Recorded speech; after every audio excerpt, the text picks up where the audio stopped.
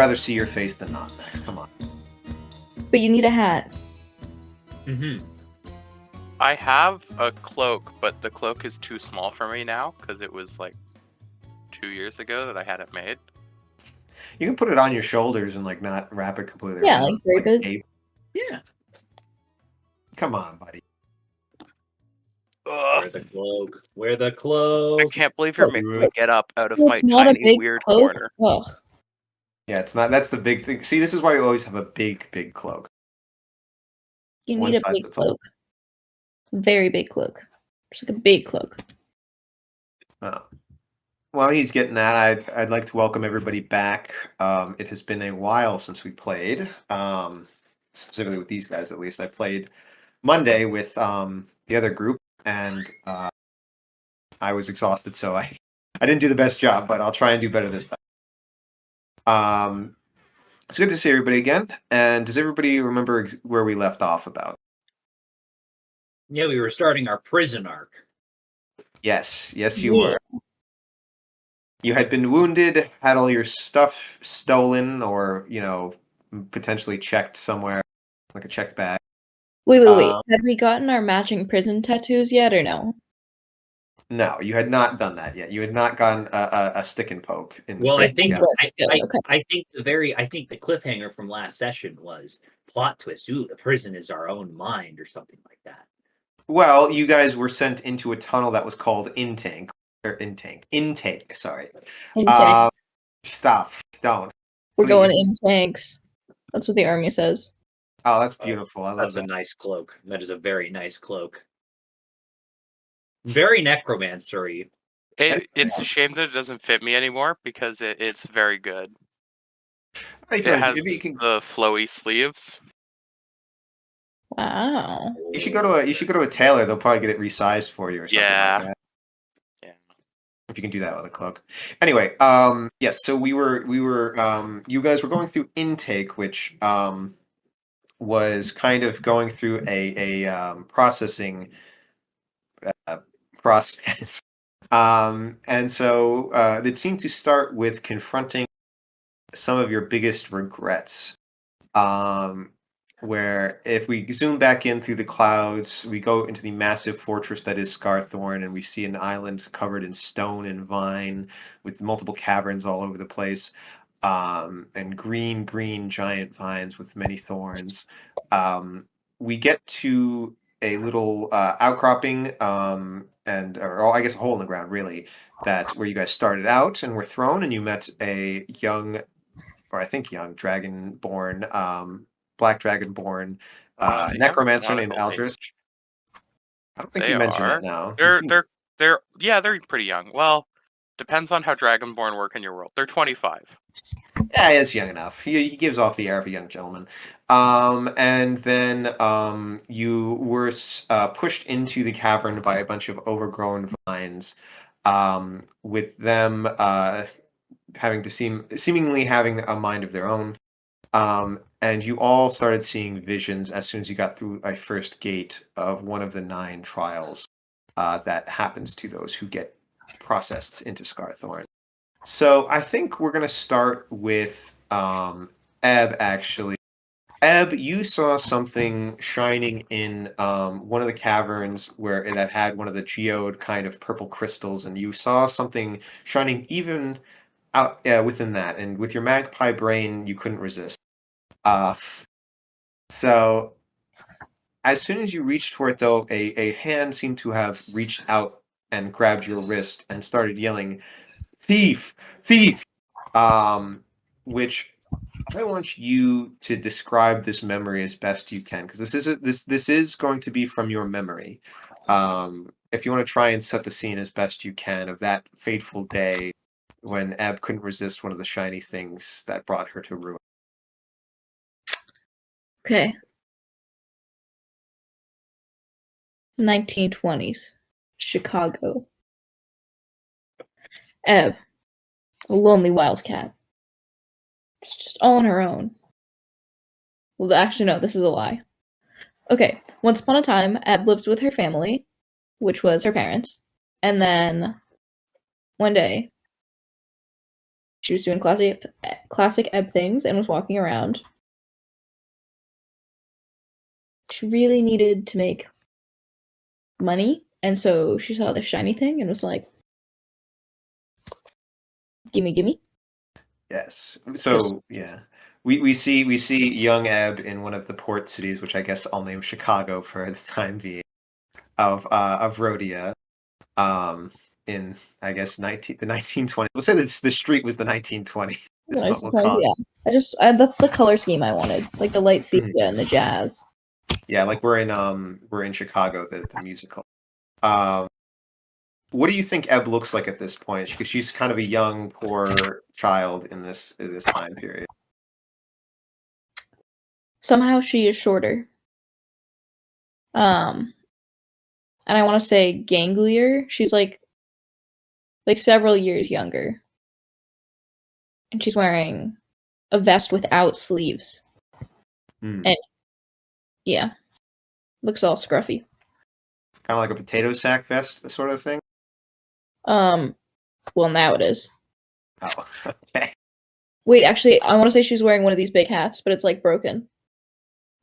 She's wearing one of like a straw hat that's got some like rips and holes in it.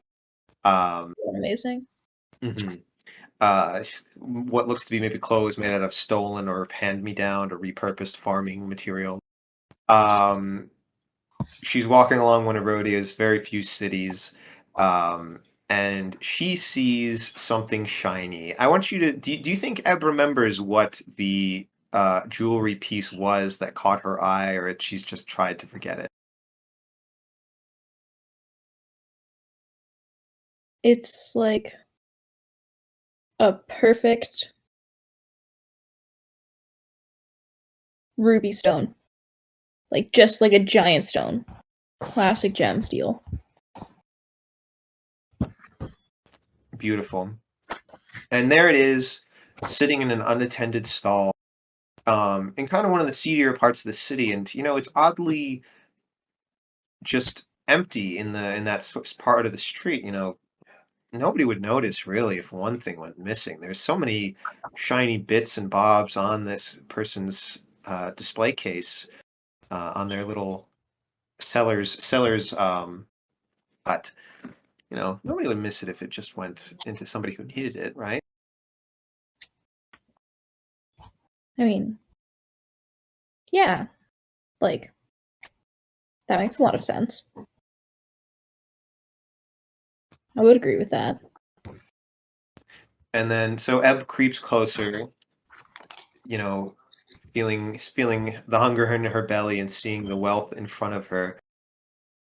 And how does she reach out? Do you think she's confident when she does this? Has she stolen before, or what is she like in her demeanor while she reaches for it? I want to say she looks kind of shaky. Like it's her first rodeo, but she's pretty confident because, it's Ebb. So with a steely determination underneath all the shaking that she has from nervousness, she's able to reach out and grab it. And in a brief second, going from those thoughts that you have, those intrusive thoughts of what if you did this, to actually breaking the barrier into reality through your actions, there's this moment of overwashing relief and accomplishment that she has. And what do you think she's going to do with the money from the necklace first and foremost?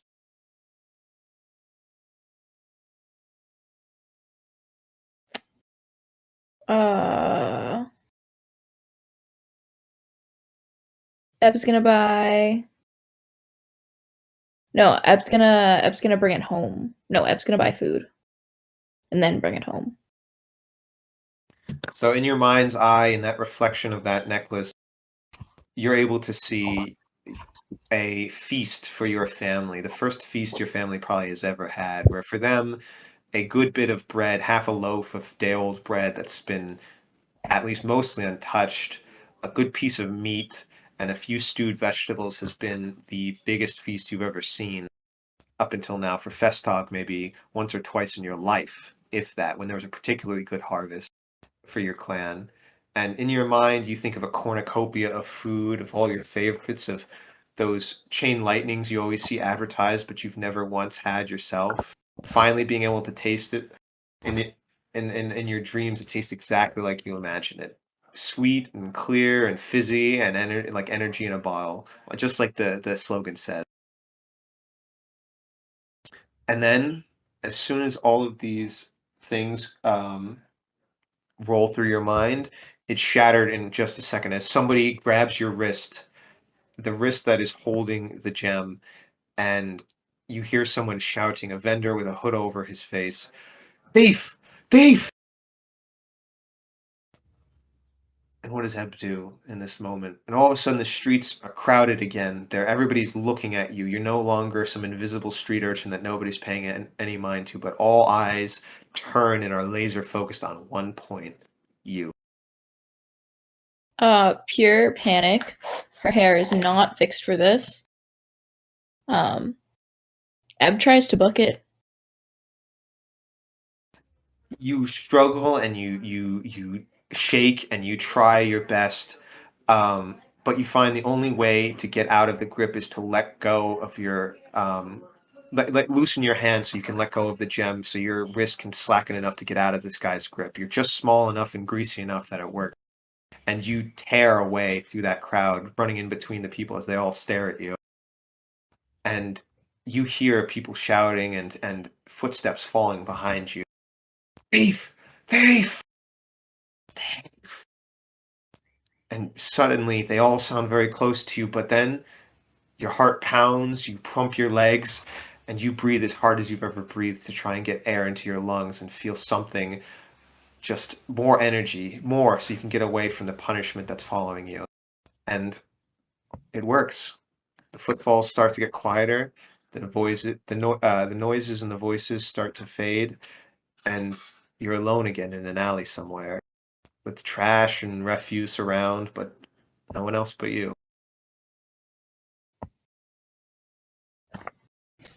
So it pays not to take baths, huh?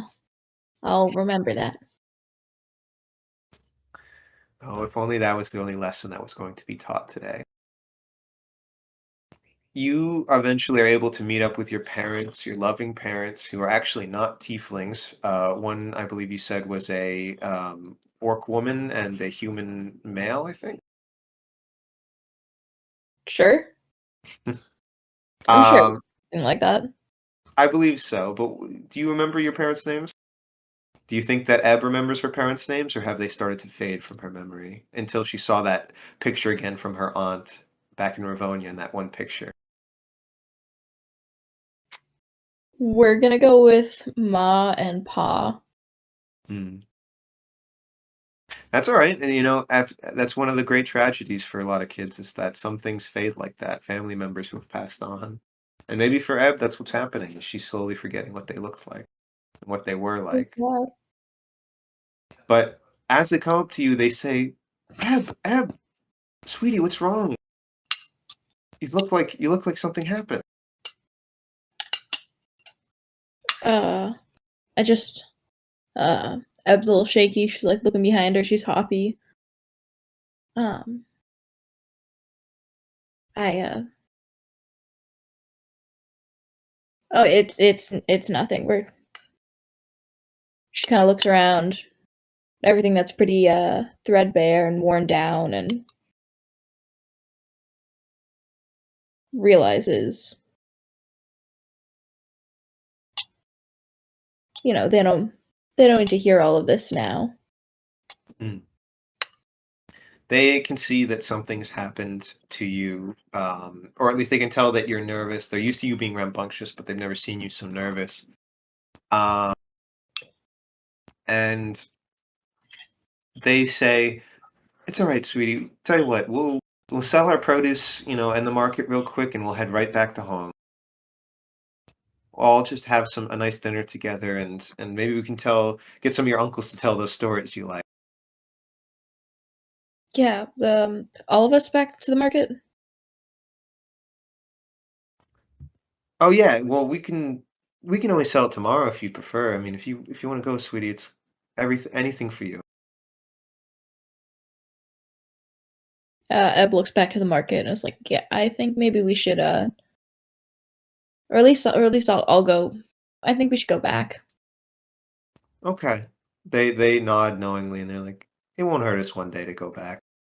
And your mom puts her hand on your head knowingly and smiles at you and say, let's see if we can maybe if it snows tonight, it's cold now and the wind starts whipping around. So maybe we can scrounge up a few beets and have some red snow later. It's a treat in Rhodia where they use some sweet beets to kind of flavor some snow chipping. Gross that it's beets, but I'm in favor of it. I know it's gross, sweet, and they chuckle with you. And you see one person looking at you in all of this kind of empty street from their window with a hood on and a few what looks to be red fingers from their cloak that you can see, but then they're gone in a flash. And we'll fast forward a little bit to you being by a campfire listening to some of your aunts and uncles, palling around the fire, telling stories. You guys have had something for dinner, something they scrounged up, a small animal thrown into a pot with some vegetables, and there was a stew, like always. Some hard bread that barely had any leavener in it. It was really hardtack until you let it soak in the stew for a few hours. And despite the bare and Spartan-esque living conditions, it's warm. There's a fire, there's family, there's noise and love in the air. And Eb is part of that familial cloak that's wrapping around everyone right now.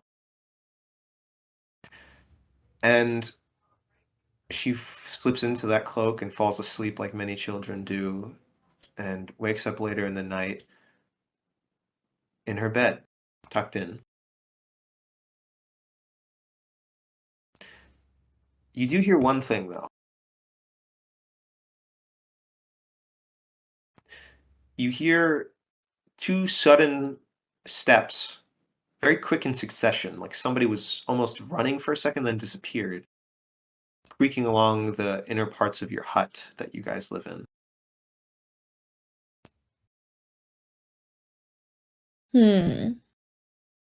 What does Eb do? I think Eb kind of like does the thing where you sit up in bed and like try and peek closer towards where the door is. You're trying to get a better look, but you don't really want to get up yet. You don't really see anything that way, but you hear something fall halfway around or halfway across the house, like a sudden thud. Eb tiptoes out of bed. She peeks around the door.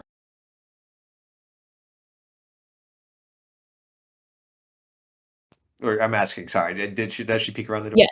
Yeah. Nothing. You do notice that down the hallway to the right, your parents' door is slightly ajar. More creeping.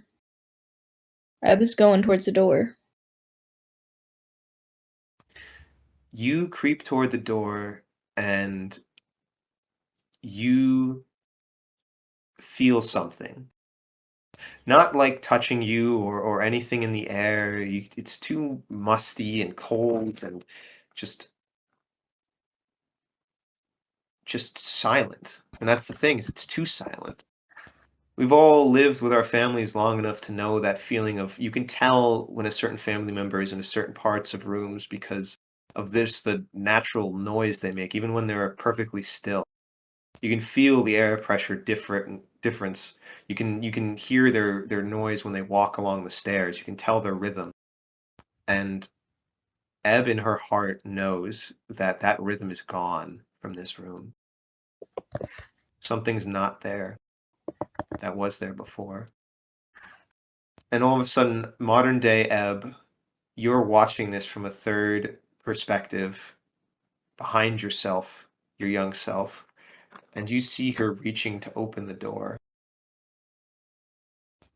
Modern day Eb like with a rush, it all comes back, and she slow motion runs to keep the door from opening because she knows what's back there. Just kind of yelling like, "No!" You rush to stop them or to stop yourself, and you fall through them and the door as the mist falls away for a second and reforms, and you fall to your knees as you lurch, not hitting what you intended to hit. And all that's left that you see is that pendant again. It's covered in blood, and it's slowly getting covered in more and more blood as blood pools around it, but you can't see from where. You're looking down, and you know what you'll see if you look up.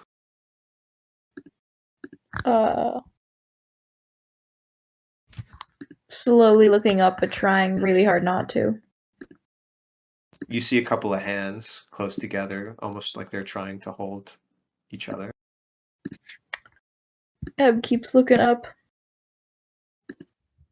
You sure? Yeah. You see your mother and father. No, Eb looks down. She looks down before she's fully able to take in what she's seen, or what you've seen, I should say. Yeah. I've got an idea. You see the blood and the pendant disappear in a wave of smoke, and replaced. You feel something is like close to your front of your head, like you're around your temple or your forehead, kind of. Okay. I swat at it. It disappears into smoke, but then reforms. I swatted it again. What is this? Distraction. As you swat it again, you kind of see what it is when it's broken apart before it reforms, that it looks like it's a hand. Open palmed and facing upward as if it's beckoning to you. Follow the hand. Quick look back. Quick look forward. Nods and follows the hand. So you grasp the hand, the black hand of whoever it was that night. Oh. And you are taken into darkness from the white mist, and you're brought back to where you are in the cave, and you're standing there, hearing a drip, drip, drip from the stalagmites, or stalactites, I don't know which one. And it's quiet in the cave again. My God. Ugh.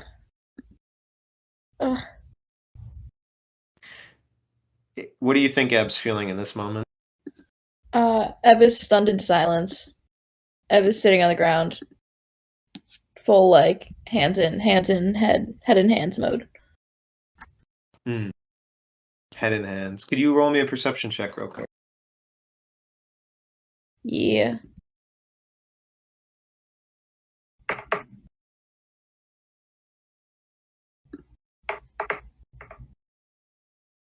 Uh, 12. Okay. You are able to perceive that the others are walking towards something. The other two, Aldrus and Yens. And you look over and see them staring. While you think about that, give me one moment. I'm just going to switch over to my other mic. We love mic issues. Ooh, the best. Absolutely fucked what Eb went through. Just can't believe it. Yeah, that's brutal. No wonder she's a rogue. Truly, these are the meanest streets of all time. This episode's intense, guys.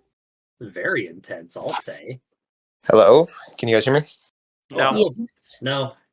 Oh, right, no. Okay, was that a prank you all put together to try and thwart me? Well, it's not going to work. You see Jens and Aldrus walking towards something, and something that's shining in a similar way to what the pendant was for you. Ooh, what is the vibe I'm getting off this shining thing? Well, as they get closer, you notice that they start to take forms of something. Do you go toward either one of them? Am I getting what type of vibes am I getting? Bad vibes? Okay vibes? Um, you're getting roll me an insight check. Oh god.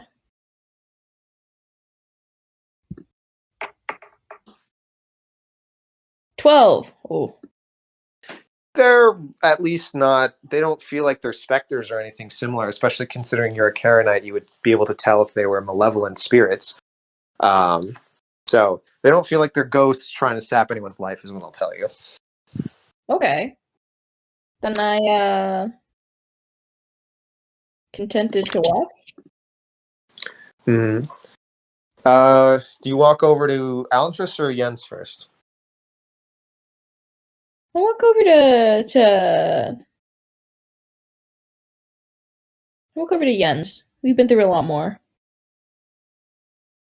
Oh yes, the Jens favoritism comes back into play. So you walk over to Jens, and you see him walking toward the light. And as you get closer, it transforms into a hut of a thatched roof and straw, wood, a longhouse kind of a construction. And you see that there are a bunch of different types of people clamoring around, trying to get in for something. It seems like a gathering of some sort.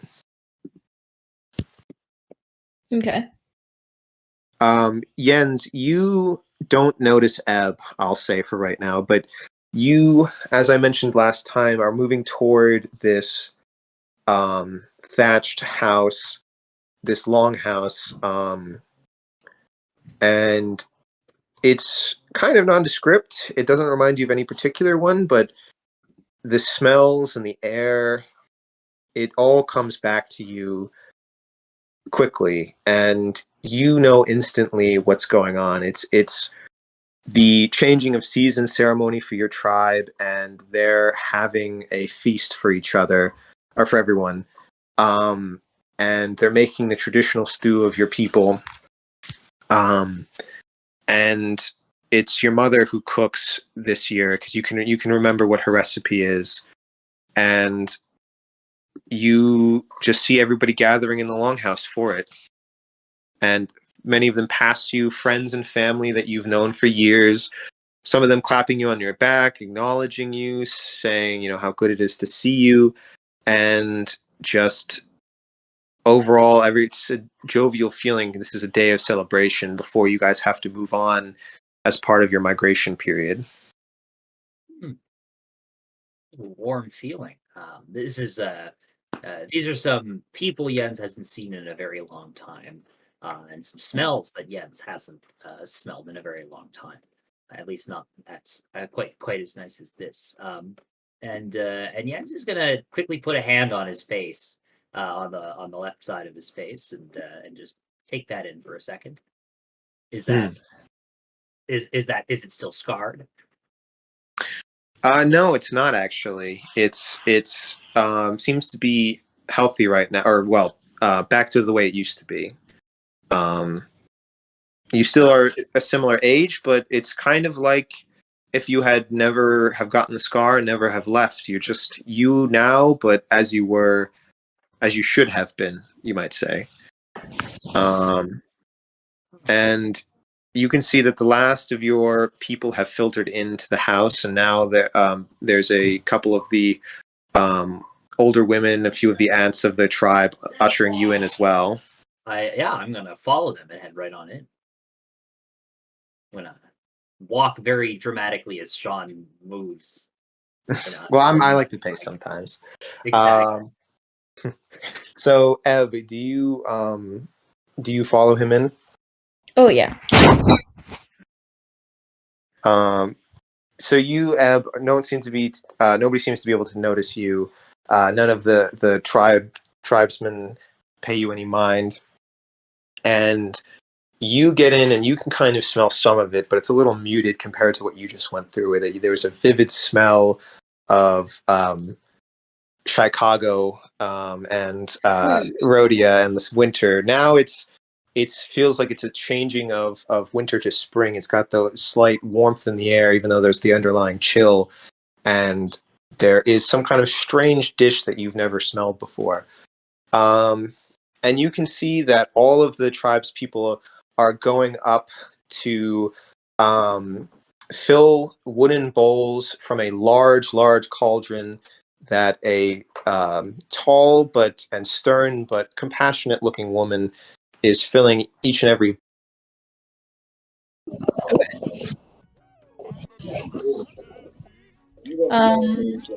Your mic's gone all watery. Sean? Sean, your mic is weird. Hello?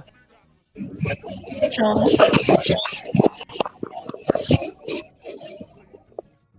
Your mic is... you've We done can't hear something. what you're saying. Oh, sorry. Okay. Sorry. What part did I cut off there? Hello? That's a really good question. Yeah, I'm gonna be honest. I lost focus. Handing mainly due to out the a fact your mic- bottle, or like filling canteens with, and then it was just all pool noise. Okay, sorry. My headphones connected accidentally. Cameron, cut that one out.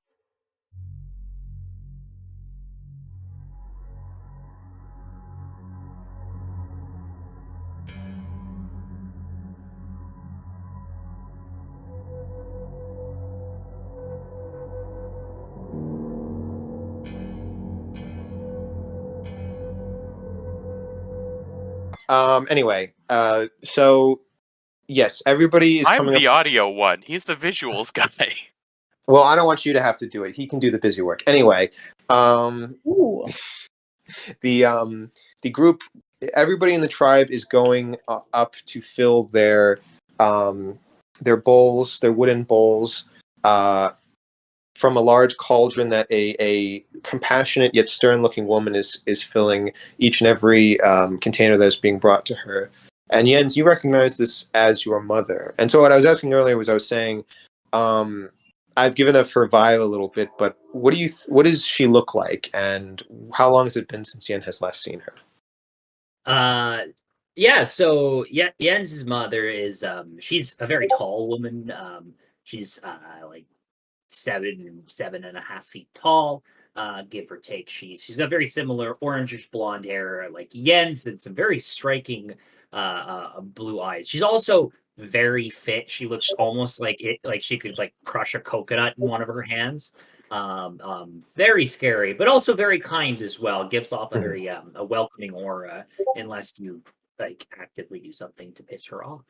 And Jens hasn't seen her in the better part of 8 years. So this is it's been a minute. So you are able to take a look at her, and she still has that strength and vitality that you remember her for and she's known for, but you can see that age has definitely affected her, at least visually. Some of her hair is a little bit faded. Her face has a few more wrinkles and folds than it used to, but you can still see that spirit that your people is known for is still shining through, and that she is still the person who runs the show and gets shit done in the household when it needs to get done. And you can see that she looks to smile at you briefly before getting back to her task, like she usually does, where she spares a moment for kindness before getting back to what she needs to do, never forgetting either thing. And as you do that, you notice that everybody is fulfilling another tradition where one person from the tribe will go up to another, and they will go to the cauldron to fill the food and bring it back to them. Because for this ceremony, it is common for everybody to not fill up their own container, but to get somebody else to fill it for them as a sign of respect and brotherhood with your loved ones. And Eb, you notice that the children are doing it for their parents or for each other, their friends. A few people are rushing around you with different things. You see that they're eagerly giving it to Even the pets, a few of the dogs and the cats are getting their bowls filled from their loving owners. And I guess even you get one as you look around, as somebody with a jovial look on their face hands you one in a feeling of fraternity and love. And Jens, you still don't notice her, but you just kind of see this all happening. You were reminded of the bond your tribe shares. Do you think that what does Jens think in this moment? Jens thinks about the last time he went to one of these festivals, which was at this point over 10 years ago. And of course he remembers that being one of the greatest moments of his life. Coming back in the very, just as he had started to really become a well-regarded raider and was really popular in his tribe. And of course, he's also very sensitive of that fact that the last time he had one of these meals was shortly before he left his tribe. The tribe continues in this feeling, and maybe Jens smiles for a second if you think he does, and briefly feels that kinship again. But as it goes on, you notice that more and more people have their container and their bowls and their saucers filled to the brim, and the cauldron gets lower and lower, and eventually it empties. And before you know it, you realize that nobody came for yours. There's no bowl in your hand, and there's nobody who seemed to have remembered to bring something for old Jens. And you see a few people mention that, or not mention that, but you see a few people call you by name in the beginning of this ceremony, but toward the end,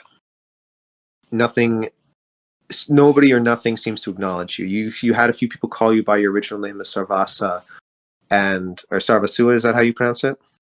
Yeah, you had the right the first time. Sarvasa. And when people were lauding you originally, they were chanting your name for a bit when you entered the tent, like everybody was excited to see you, but now barely anyone says anything to you. And people down and consume their stew quickly with relish, and they move to the fire to begin the tradition of telling stories from that year of great triumphs and comedies, tragedies, to get everything out. And when they put that circle around the fire, there's no place for you there either. And normally that pit, that circle, that tellings, there's always chants and boasts and stories that try to include you.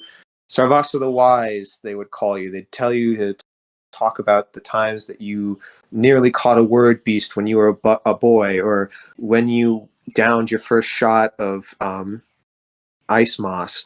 Things like that. Losses from the siege that you were able to fight off. Just stories upon stories that everybody always wanted to hear from you. What story do you think that Jens would want to tell his people in the 10 years since he's been gone the most?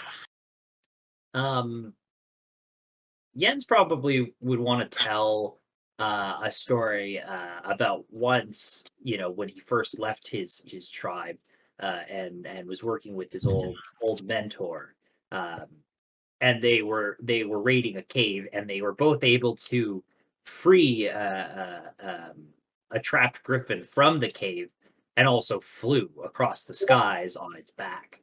And it's something that no Logrian has ever done. None of the Jens people has ever done. Has ever flown in the sky before. And that's a story Jens has never told anyone.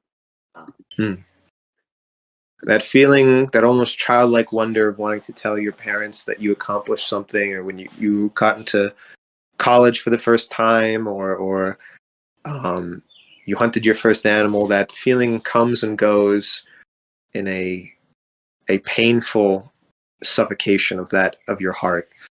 And they go through everything that you've missed, stories and people you no longer recognize that you used to be able to tell by heart after the night was done in these ceremonies. And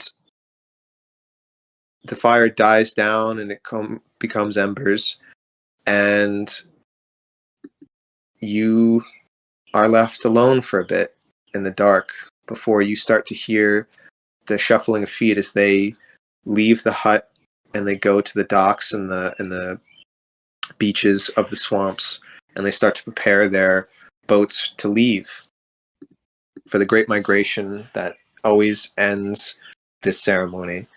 And behind you, you see somebody left in the dark that is barely illuminated by the glow of embers, and it's your little brother. Is he he knows I'm there? He's looked at you, and you see him for a second, and the embers flash, and then they go dark again, and then they start to warm up, and you can see that between those flashes, he's aged 10 years, and that little kid that you knew that was short and had uneven hair and was dirty and never really knew how to take care of himself has become a man. He's become somebody nearly as tall as you, twice as big as he used to be. And in fact, where you are more of a tall but wiry person, he is just a huge slab of muscle that he put on in those 10 years, taking care of the family. That you can tell he's got scars and bruises, and just his face, you can tell his nose has been broken once or twice maybe, and it just tells a story of somebody who grew up fast. Yori, you've grown. I have, you see, he says, and he looks a little sad at you, and he offers you a tiny mug. Oh, that's nice. I'll take the mug. Inside is a little bit of stew left over from earlier in the evening, and he says, "I wish you could still come with us, Sarvasa, my brother." And he walks out. Yeah. Jens goes and takes a seat by the embers. Eb, you go outside, or I guess you would be outside in this point, maybe, still, or well, I don't know. Eb, what do you think? You're watching this, and you kind of see this last exchange between these two brothers, and what do you think Eb is thinking, and what do you think she wants to do? Eb's watching pretty intensely, like some real functioning siblings. That's cool to see. Mm-hmm. She notices things are getting personal, so she kind of backs out a little bit and looks out. So I imagine she's like peeking in a window or a doorway or something. That makes sense. Looks out the area around her. And when she turns back, I think the conversation is like finished. She's kind of there like, wait, what do I do now? You see a massive fleet of canoes and rowing ships leave from the shores of this bank of the swamps as they go out to seek warmer waters now, or I guess the unfrozen water, since it's coming from winter to spring. And you see everyone who was there, his mother, his brother, the tribesmen who used to be calling his name, get on the ships and leave. And you see Jens sitting inside, this huge hulk of a man, bent over on a large log, but still kind of contorted in odd ways as he stares at the embers of a dying fire. And it becomes endlessly quiet, except for the croaks of a few ice frogs.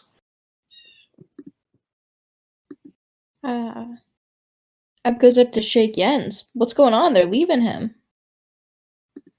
Why is he just sitting there? Jens, you can for the first time realize that Eb is nearby. Oh, it's tradition. My people don't stay in one place, and so we host a festival before we put all of our possessions onto a boat and find a new home. Well, why aren't you going? Well, only members of the tribe go. Are you not a member? Why? I guess I'm not. Um, and with that, Jens is going to toss the meager amount of stew onto the fire. Oh Cool. wow, wow, that's brutal. He tossed it on the fire, and there's a hiss and a crack of moisture being released from the wood, and it goes dark, and everything darkens, and you're no longer in Logria, and you're back in the cave, sitting on a rock, and it's just quiet around you again, with just the drip of the water in the cave, drip, drip, drip, with Ebb on your shoulder, trying to shake you a little bit awake again. This is a little more familiar. An unfamiliar cave. My speed. Good, you're awake. Jeez. Ebb climbs down.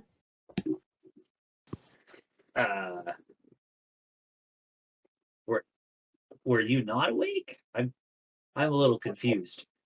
What's Aldrus doing? Is he all right? Oh, fuck. Ebb turns around. Aldrus is walking toward a similar light as you just saw, Ebb, and he seems to be entranced.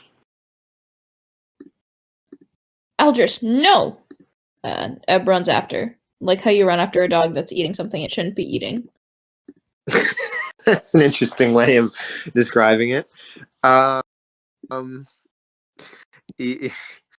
You get closer to him. Jens, do you do anything? Yeah, Jens will also walk up to Aldrus. All right. You guys both get closer, and what was I going to say? You get transported into a place where all of a sudden your legs feel very wet, and you realize that you are in a kind of a shallow lake, and you see Aldrus walking toward an island in the middle of this lake, a very small piece of land that just barely contains the structure on top of it that looks like a residence. And Aldrus, you're walking to this. Do you want to describe to everyone what this residence looks like? Yeah. So it is pretty squat. It is the bottom floor is like a clinic which sees people, whereas the top floor is actually like beds for the family. At this point, Aldrus would probably be around 16, and so the family in question is mother, father, and siblings. It's in the middle of this lake on top of. So where he comes from is essentially a bunch of sky islands. So it's this lake, and you can see in the distance there are like literal clouds rolling by, which is a very odd sight, I imagine, for most people. Yeah. Also, he has 2 arms. Ooh. Two organic arms, right? Because he 2 normally has organic the arms. Yeah. Yeah. I sometimes forget that he does have the prosthetic. Does it say anything on the front? Like, is there a candy stripe barbershop thing and a blank family practice? Yeah, there's a plaque with a mortar and pestle on it, and there's a word in a language that, unless you guys know Draconic, doesn't make any sense to you. I don't think anyone knows Draconic here, so we'll just you can tell that it's some kind of herbalist, maybe, if you've got enough worldly experience. So Aldrus is walking to it, and he's younger than what you guys know him as. A little smaller, maybe, because he still hasn't grown to his full height, and all of his limbs are there. And the house is dark. It's quiet. and there are clouds rolling by, but there's just a blackness, like it's night all around. The water is a calm black. It's not warm, it's not cold until you get out of it, but while you're in it, it's soothing almost. But as soon as you leave it, it starts to chill you.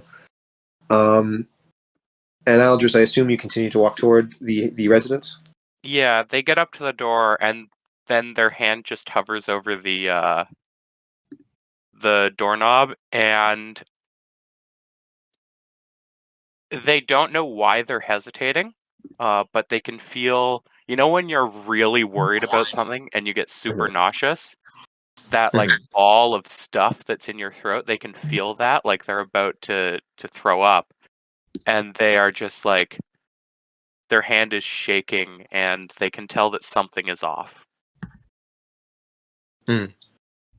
So Aldrus has knots in his stomach and just shaking with nerves as he tries to go for the doorknob.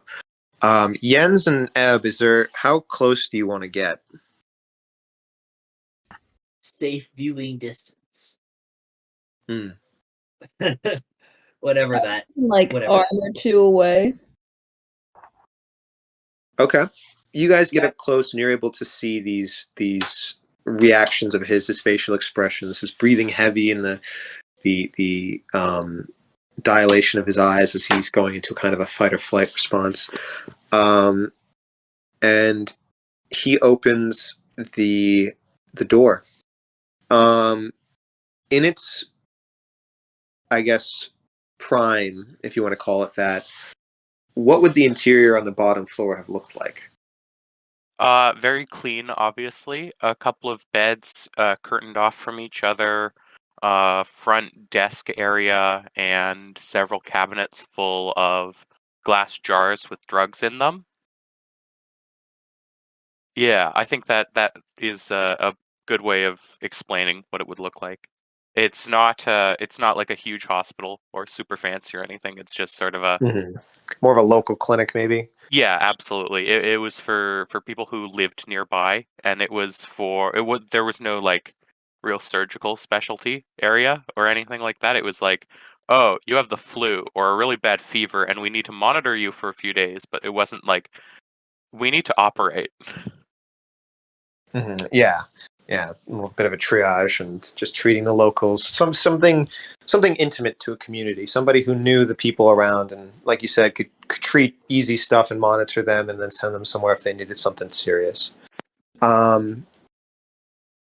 That cleanliness is gone. When you get in, there's cobwebs and a thick layer of dust. And I imagine the floorboards are charred. They're charred, and there's a smell of rot, of kind of wet mildew rot from the wood, as well as the burning smell on the floorboards. And it's kind of like it went through a quick destruction and a slow degradation after that. And that's what you're looking at, is the husk of something that was left uncared for and broken for so long. I don't even know how Aldrus would react to this. I feel like they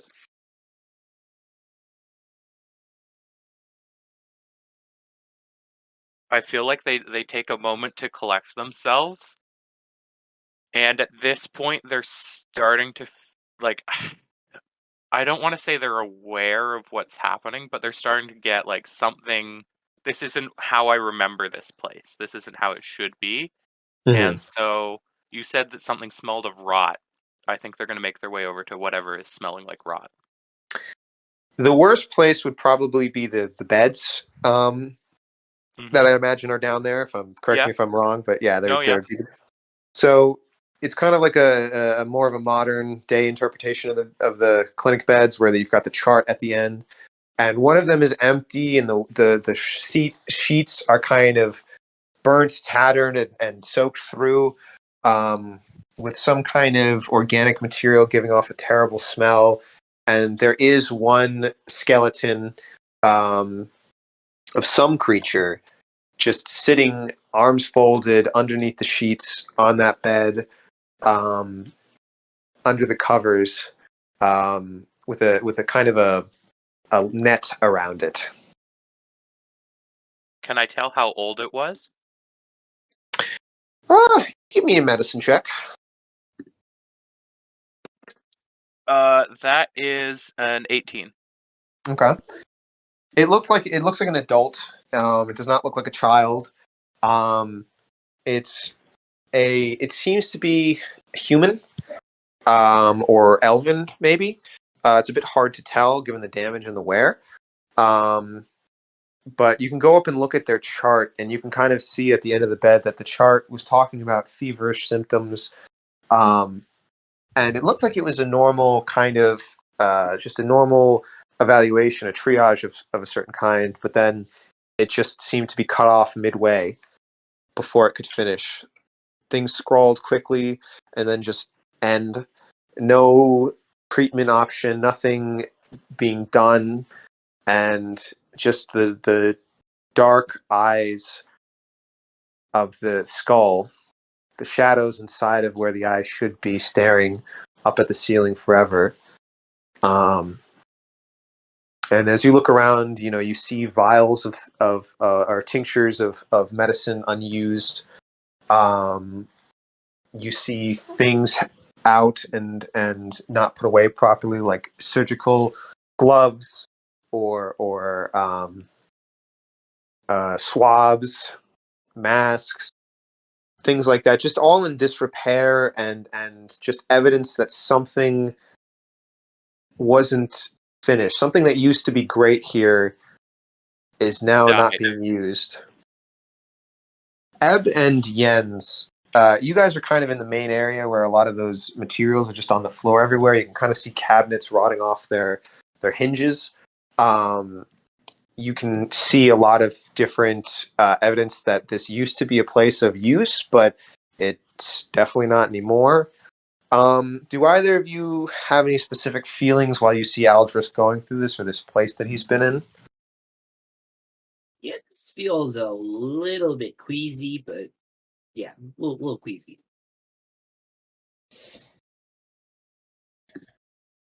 I feel like Eb is confused, but she knows she's watching something important happen. Sorry. I had to close the door. I would say that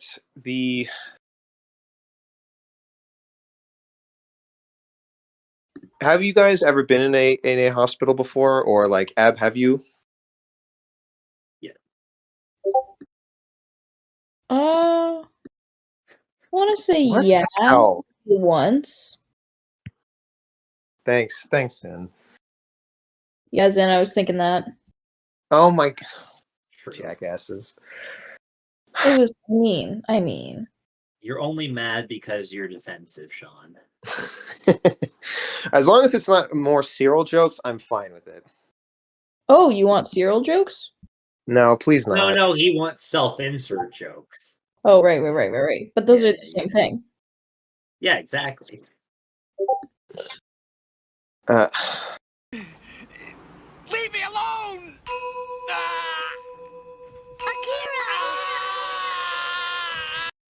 If you want to listen in, you got to be more respectful. Either way, what? Same thing. Whatever. Either way, Aldrus. I almost said Jens. Aldrus.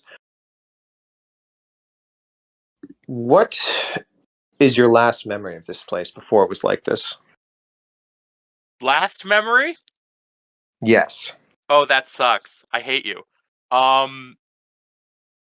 Literally seconds before it burnt down, or I guess not seconds, minutes. They were told to go out and do an on call in the nearby village. They were just doing a routine check on someone who had like a bit of a cough. They were sort of starting their medical training. Their family had been a family of doctors, and it was happy. There was lots of noise. There were lots of people running around. The patients were like in good condition. People were going to be let out. and at this point, the memory of him coming back and it being just in flames with all of the doors locked, and him being unable to break down the door or get anyone out of there, rushes back.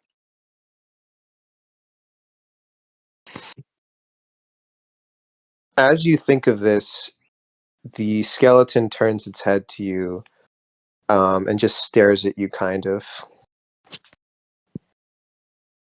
I try and run out of the house and just escape. I break into a full sprint. I can't deal with this. I can't confront my past. Ah, interesting. You hear the skeleton whisper, "You didn't save us."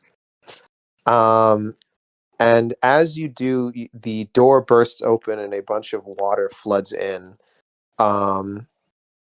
starting to kind of pile on and break apart things, swirl them around, and just completely make a mess of whatever's left in there, and pushes Aldrus back, hitting him against the far wall, and a large sinkhole opens up in the middle of the floor. Yeah, I assume I just Jens, fall into it. I can't do anything about that. you don't fall in quite yet. It starts to get wider and wider, and you notice, as even though there was a solid ground to begin with, there was a solid ground to begin with for when you're outside. As soon as it opens up, the water and the debris that is being shuffled around, it starts to fall toward whatever was below you in this past life, and it threatens to swallow you up as well as you hold on for dear life. Jens and Ebb, you guys kind of see this and see that he's having this kind of panic attack and is being threatened to be swallowed whole. You guys aren't affected by whatever's happening right now.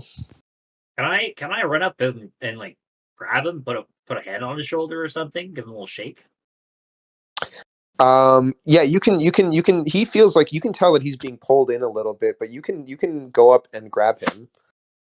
Yeah, I'll grab him. All Try right. to keep him from being pulled in. Can you give me an athletics check real quick? I can give you an athletics check. I rolled a 9. That's good enough. He doesn't. Yeah, you can help. Roll an athletics check as well. Dope. Oh, I rolled a 10. I'll say that both of you going at once is enough to kind of help bring him back.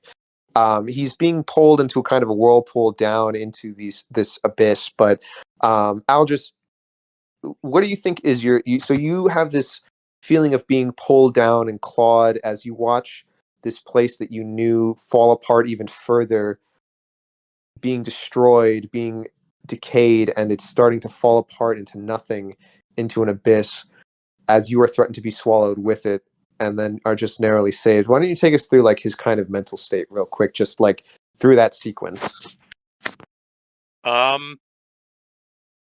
Yeah, I mean, if it were anything else, it would just be like, oh yeah, everything decays and falls apart eventually. But this is his past, his house. It's his link. It feels like all of that is being taken away again, and the fact that yet again he wasn't pulled down into the abyss with all of that in this moment where he's not thinking rationally. It feels like he's betrayed everyone again. And so he's just sitting there shaking. And in that moment of weakness, Jens and Ebb come to your rescue and grab you by the arm and are able to haul you up from this nightmare. And you watch as your house is swallowed whole by this sinkhole of flood and I guess just abyss of air swallowing it up, and you lose it all again and are brought back to the present, where you guys are all now just kind of in this quiet cave again with this dripping water from the stalagmites or stalactites again, I don't know which, and it's just drip, drip, drip, as you all quietly have a look of unease on your face, I assume. Yeah, I'm gonna be honest with you guys. I don't really like this cave all that much. I have to say, on a scale of 1 to 10, this place is it sucks balls. Yeah, I'm not even sure where that is on the scale, but I don't disagree. Can't be higher than 5. No, I'd say less than 4 even. Surely less than 6. Eb just thinks of a number she's heard.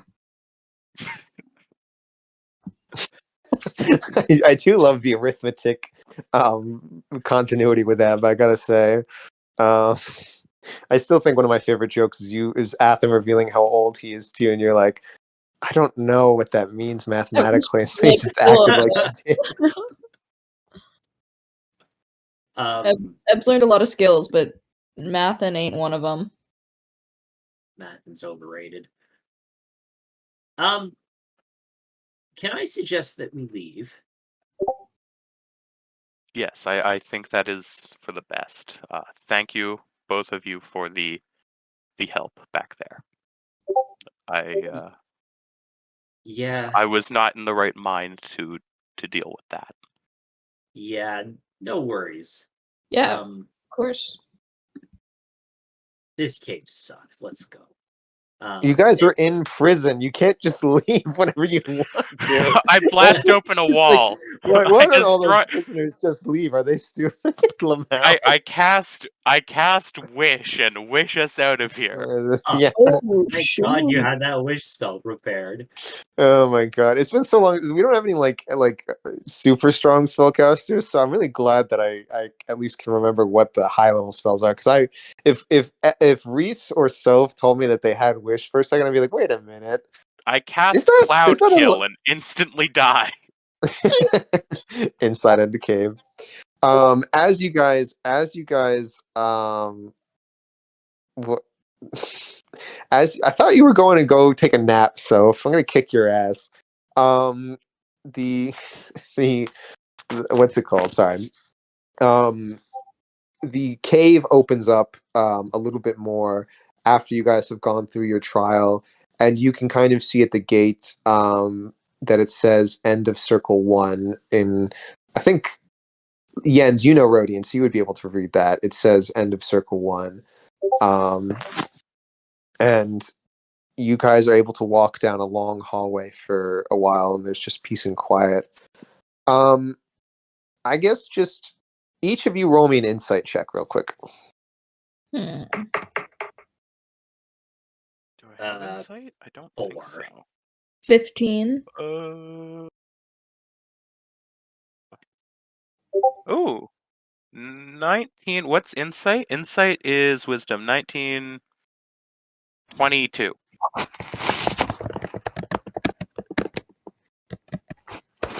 Actually, wait, do I add wisdom if I'm not proficient in it? I don't think so. No, you do not. Yeah, it's 19. Well, no. Sorry. If you're not proficient, you don't add your proficiency bonus. You just add your stat. Oh, then 22. Okay. Brayden, what did you say you got? A 4. No. All right. Wait, you got. I rolled a 1. Jesus Christ. Okay, so Jens, I guess, is just completely oblivious. Jens is pretty out of it at this point. Yeah, Jens just doesn't give a fuck, apparently. He doesn't give a fuck. He's just struggling to focus. By contrast, Aldrus is like hyper focusing on everything to make sure they don't get put in another trap. Eb is hyper. Like what kind of hyper? Oh no, I was just going off of them saying hyper something, hyper focused, and Eb is just hyper. Oh, okay. It's a lot of energy. It's just how she always is. Get this child some Vyvanse. Get her some Adderall stat. Oh my god, Eb is I'm in trouble. ADHD and she self medicates with caffeinated drinks. Oh my god. Whoa, revelation. This is wow, that was masterful story or character building, Reese. I did not even notice I that. know. I really planted that in there for you to find.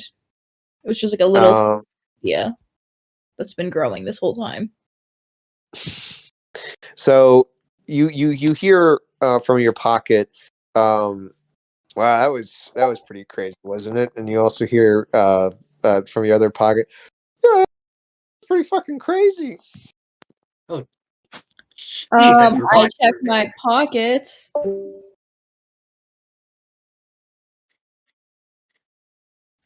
You have a rock and a piece of wood in them. If you remember, you have Rocco and Oh my god. Elmer. I take them both out and I put them on my shoulder. Devil and angel style. Devil and Angel style. Okay, they're like, oh, thank goodness, it was hard to breathe in there. Yeah, it was all right. Sorry about that, but I guess it was alright. It was fine. You're probably gonna have to go back there at some point. It's the easiest way to That carry. is an interesting question. Were you two affected by that? Well, I saw something about giving a bunny a splinter, but that wasn't really that big of a deal. Rocco goes like, I saw me leaving my family. I ran out on my wife and child when I was 3,000.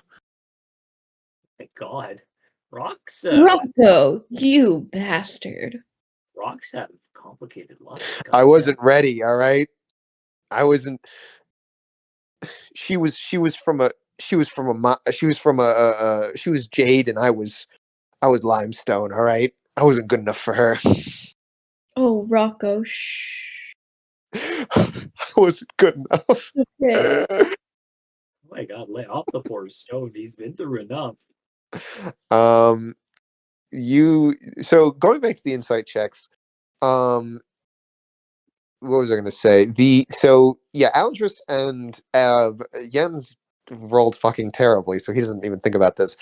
You guys are able to look around and kind of realize that, like, you don't know these two very well, Aldrus and Eb. I mean, you kind of know Jens, you don't really know Aldrus, and you can now guess that you've just seen a decently intimate thing about their life for both of them. I guess to both of you, I could say that, applies to both. So do you want to do anything about that? Do you want to ask them or anything? Or do you guys just kind of walk in silence as you go to whatever's next? Jens is definitely not instigating any conversations. He's too wrapped up thinking about his own shit right now. I think Aldrus will turn to Eb and they'll say, no matter what you saw in there, no matter what feelings you felt, whatever horrors that place showed you, none of it was your fault. I want you to know that.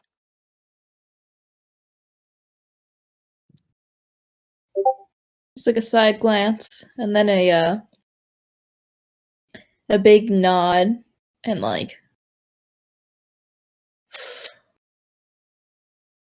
thanks, and then silence. Yeah,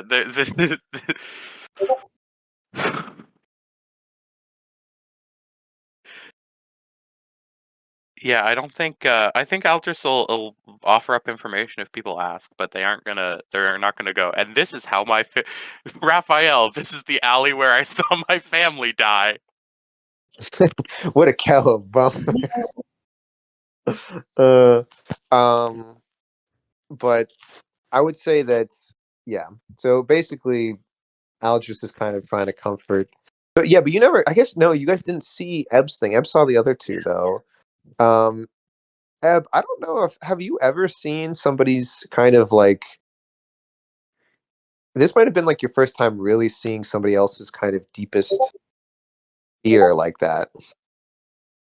Or not fear, but like, something so painful to them. One of their biggest scars. Do you think that does anything to her? Because, I mean, she's only like between 12 and 15 or 16, so whatever the story calls for. So So what do you? It's kind of a coming of age thing to see somebody else's scars like that. What do you think that she thinks? Eb keeps reaching for her necklace, but it's not there. She has cereals she kind of holds on to.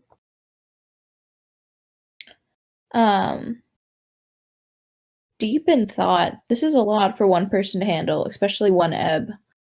She's just so small and dumb.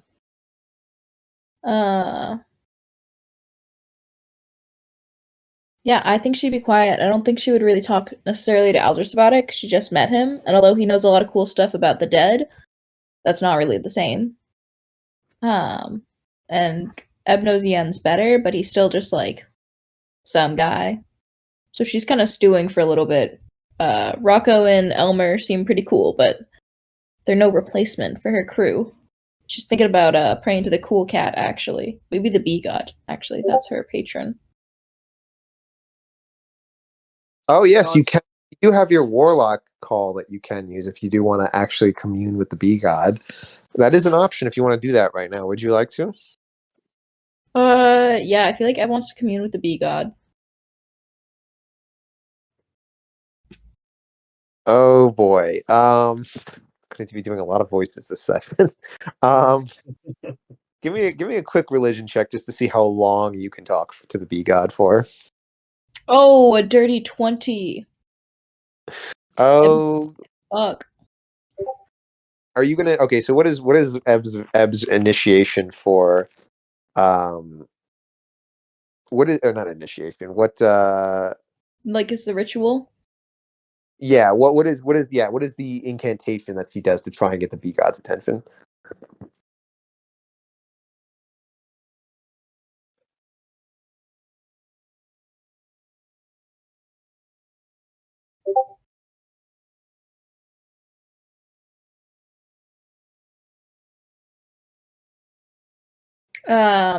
Okay. Eb. I guess we're all walking, standing still. I assume we're walking, right? Towards Walking. something. Yeah, you guys are all walking down a long hallway that opened up after you finished your visions. So Eb kind of puts her hands over her midriff where the bee god came out last time. And she goes, Starlight, star bright. First star I see tonight, I wish I may, I wish I might see the bee god for a sight. Damn it. I couldn't get second in there. And Eb's muttering about her poetry skills. Okay, I guess out of your eye, just all of a sudden expands a giant bee, that goes, "He ho, my most loyal follower. When I heard your plea, I thought I must talk to her." Nice. It's cool to see you too, bee god. You're really Please don't do this for a long time. Yeah. Okay. I'll No, chill no, it with. do it as much as you want, dude. I'm just messing. No. I'll chill with the rhyme talk. I understand. It's a hard being a god. No, Yeah. you can. You're good at the rhyme stuff. You can do it. You're like, oh, I see you have made more allies. How may I act on your dreams and make them be lies? As in realize your dream, but I put a little B in there. Does that make sense? I liked it. Hearing that, Aldrus does like a quiet clap. Thank you very much. I appreciate that. Yeah, it's Well done. notes. He points to Aldrich real quick. He's like, you kind of remind me of my friend. I don't know why, but something about you is very, very similar to a good friend I had or have, over on the other side of the world. Very strange. Very, Nothing very like strange. I've eaten no children. It's a weird thing to just say. I don't know. I feel That's compelled away. to No, among say it. gods, that's a pretty normal thing to say. Is to say that you don't eat children. It's usually a lie, but it's pretty normal to say it. Have you eaten children? I have never eaten any children. And then he gives you a wink with one of his eyes. Ebba All right. wakes back to attention, like, wait a second. Put a damn minute. The honey must flow. Anyway, what's up? Is there anything I can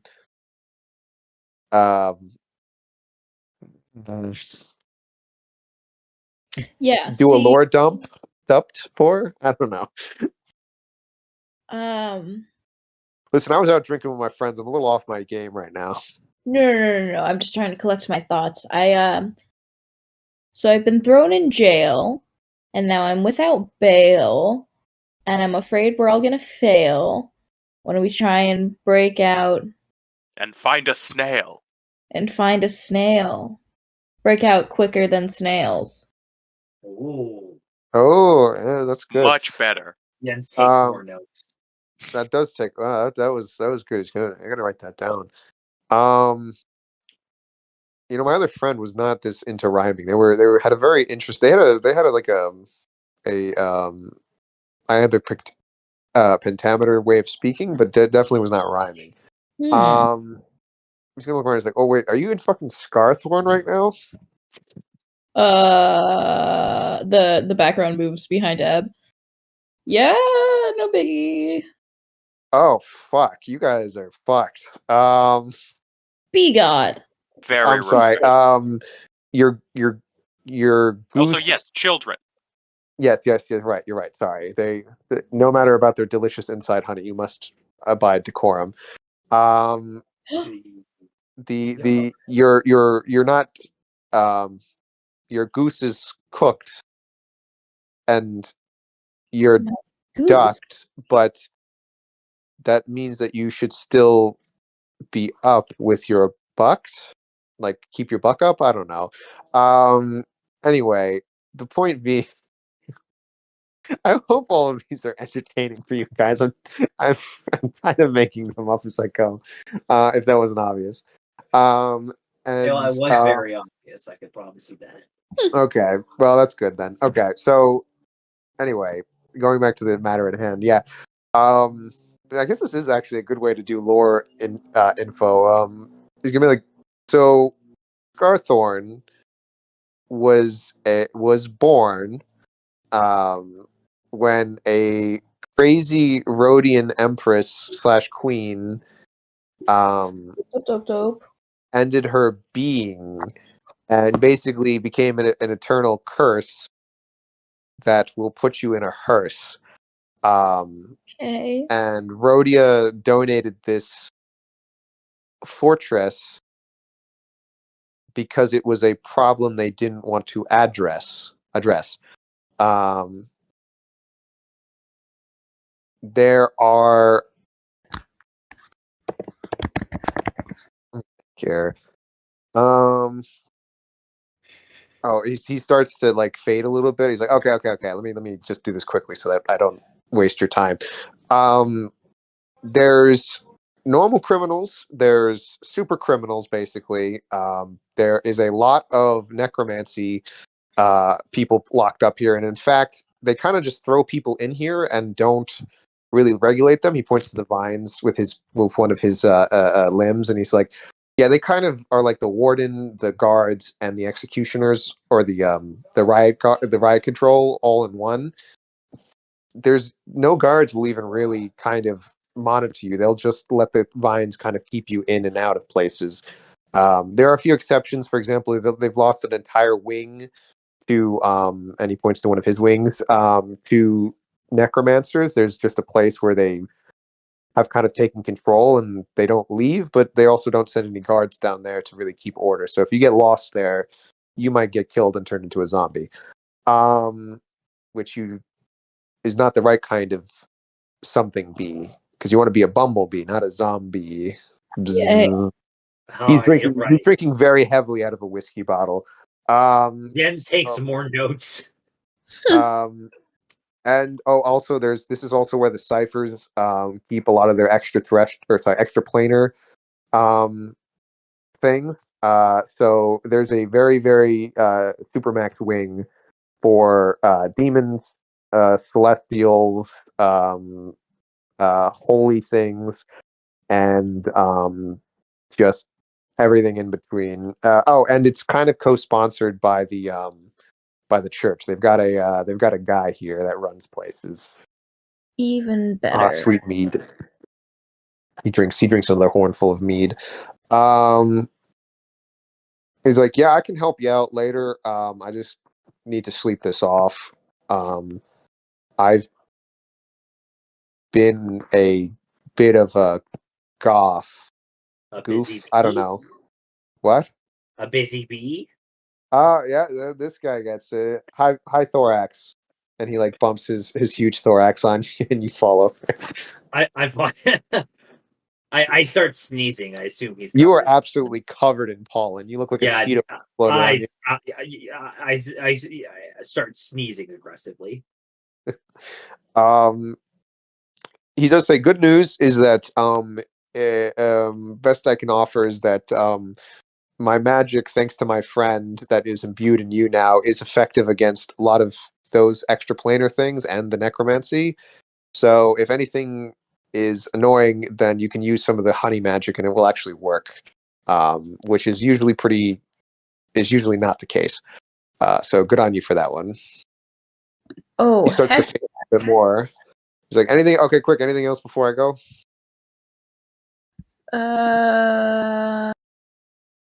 I don't know. Okay. I was like, now I must go.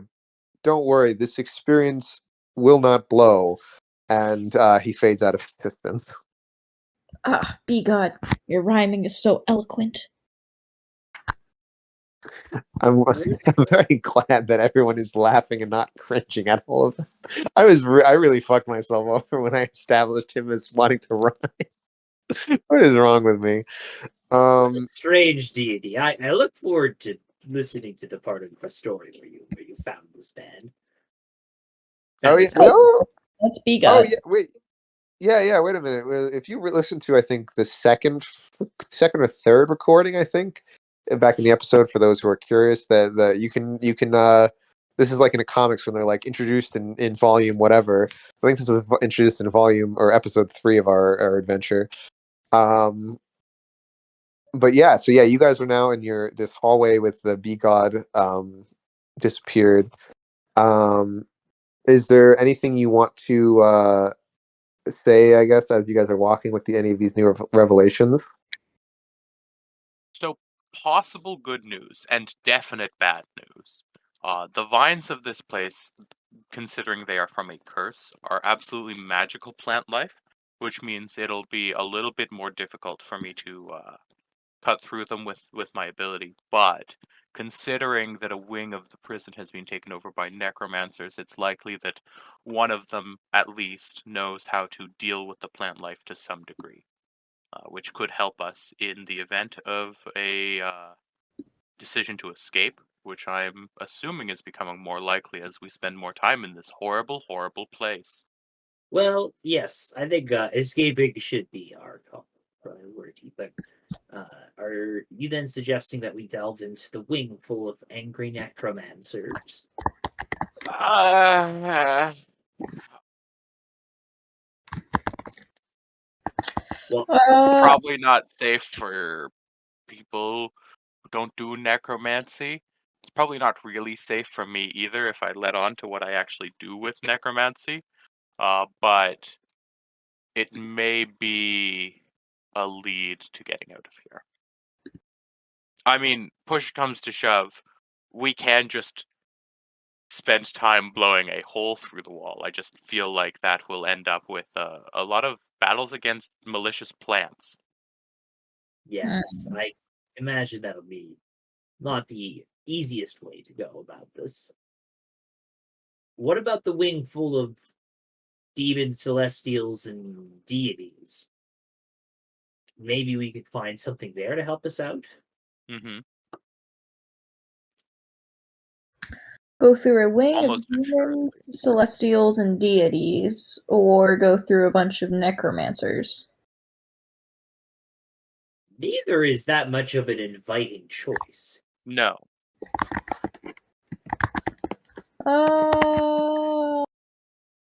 Who do you think would be less mad to see us? Well, we have a necromancer with us. Do you think we could pose I as... will say I'm not the kind that like brings people back to life as thralls. I'm the kind that like brings people back to life to life. Now, they don't know that, do they? True.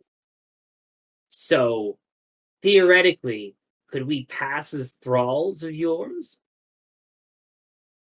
Oh, acting, my favorite. The tiefling maybe. You know what? I could kill you, but fake kill you. Excuse me? I Okay, have the I'm ability to listening. put someone into a death-like state for several minutes. Okay. Mm, No. Hear him out. okay. I'm going to be honest. That doesn't sound like the most inviting proposition, but how would it work? Would I pose as a cadaver for a few minutes while you enter the den of full of necromancers? Well, essentially.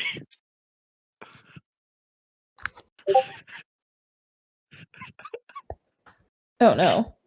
I can touch you, and then for an hour, you are in a state indistinguishable from death. Oh, Then I have to lug around your not corpse and really hope no one tries to reanimate you. I that there. I've heard worse ideas. Now that would potentially leave me unavailable in the event of a fight, or you'd have to Oh no, I dispel can the end it spell. at any time, Okay, well that's no issue. I think. Wait.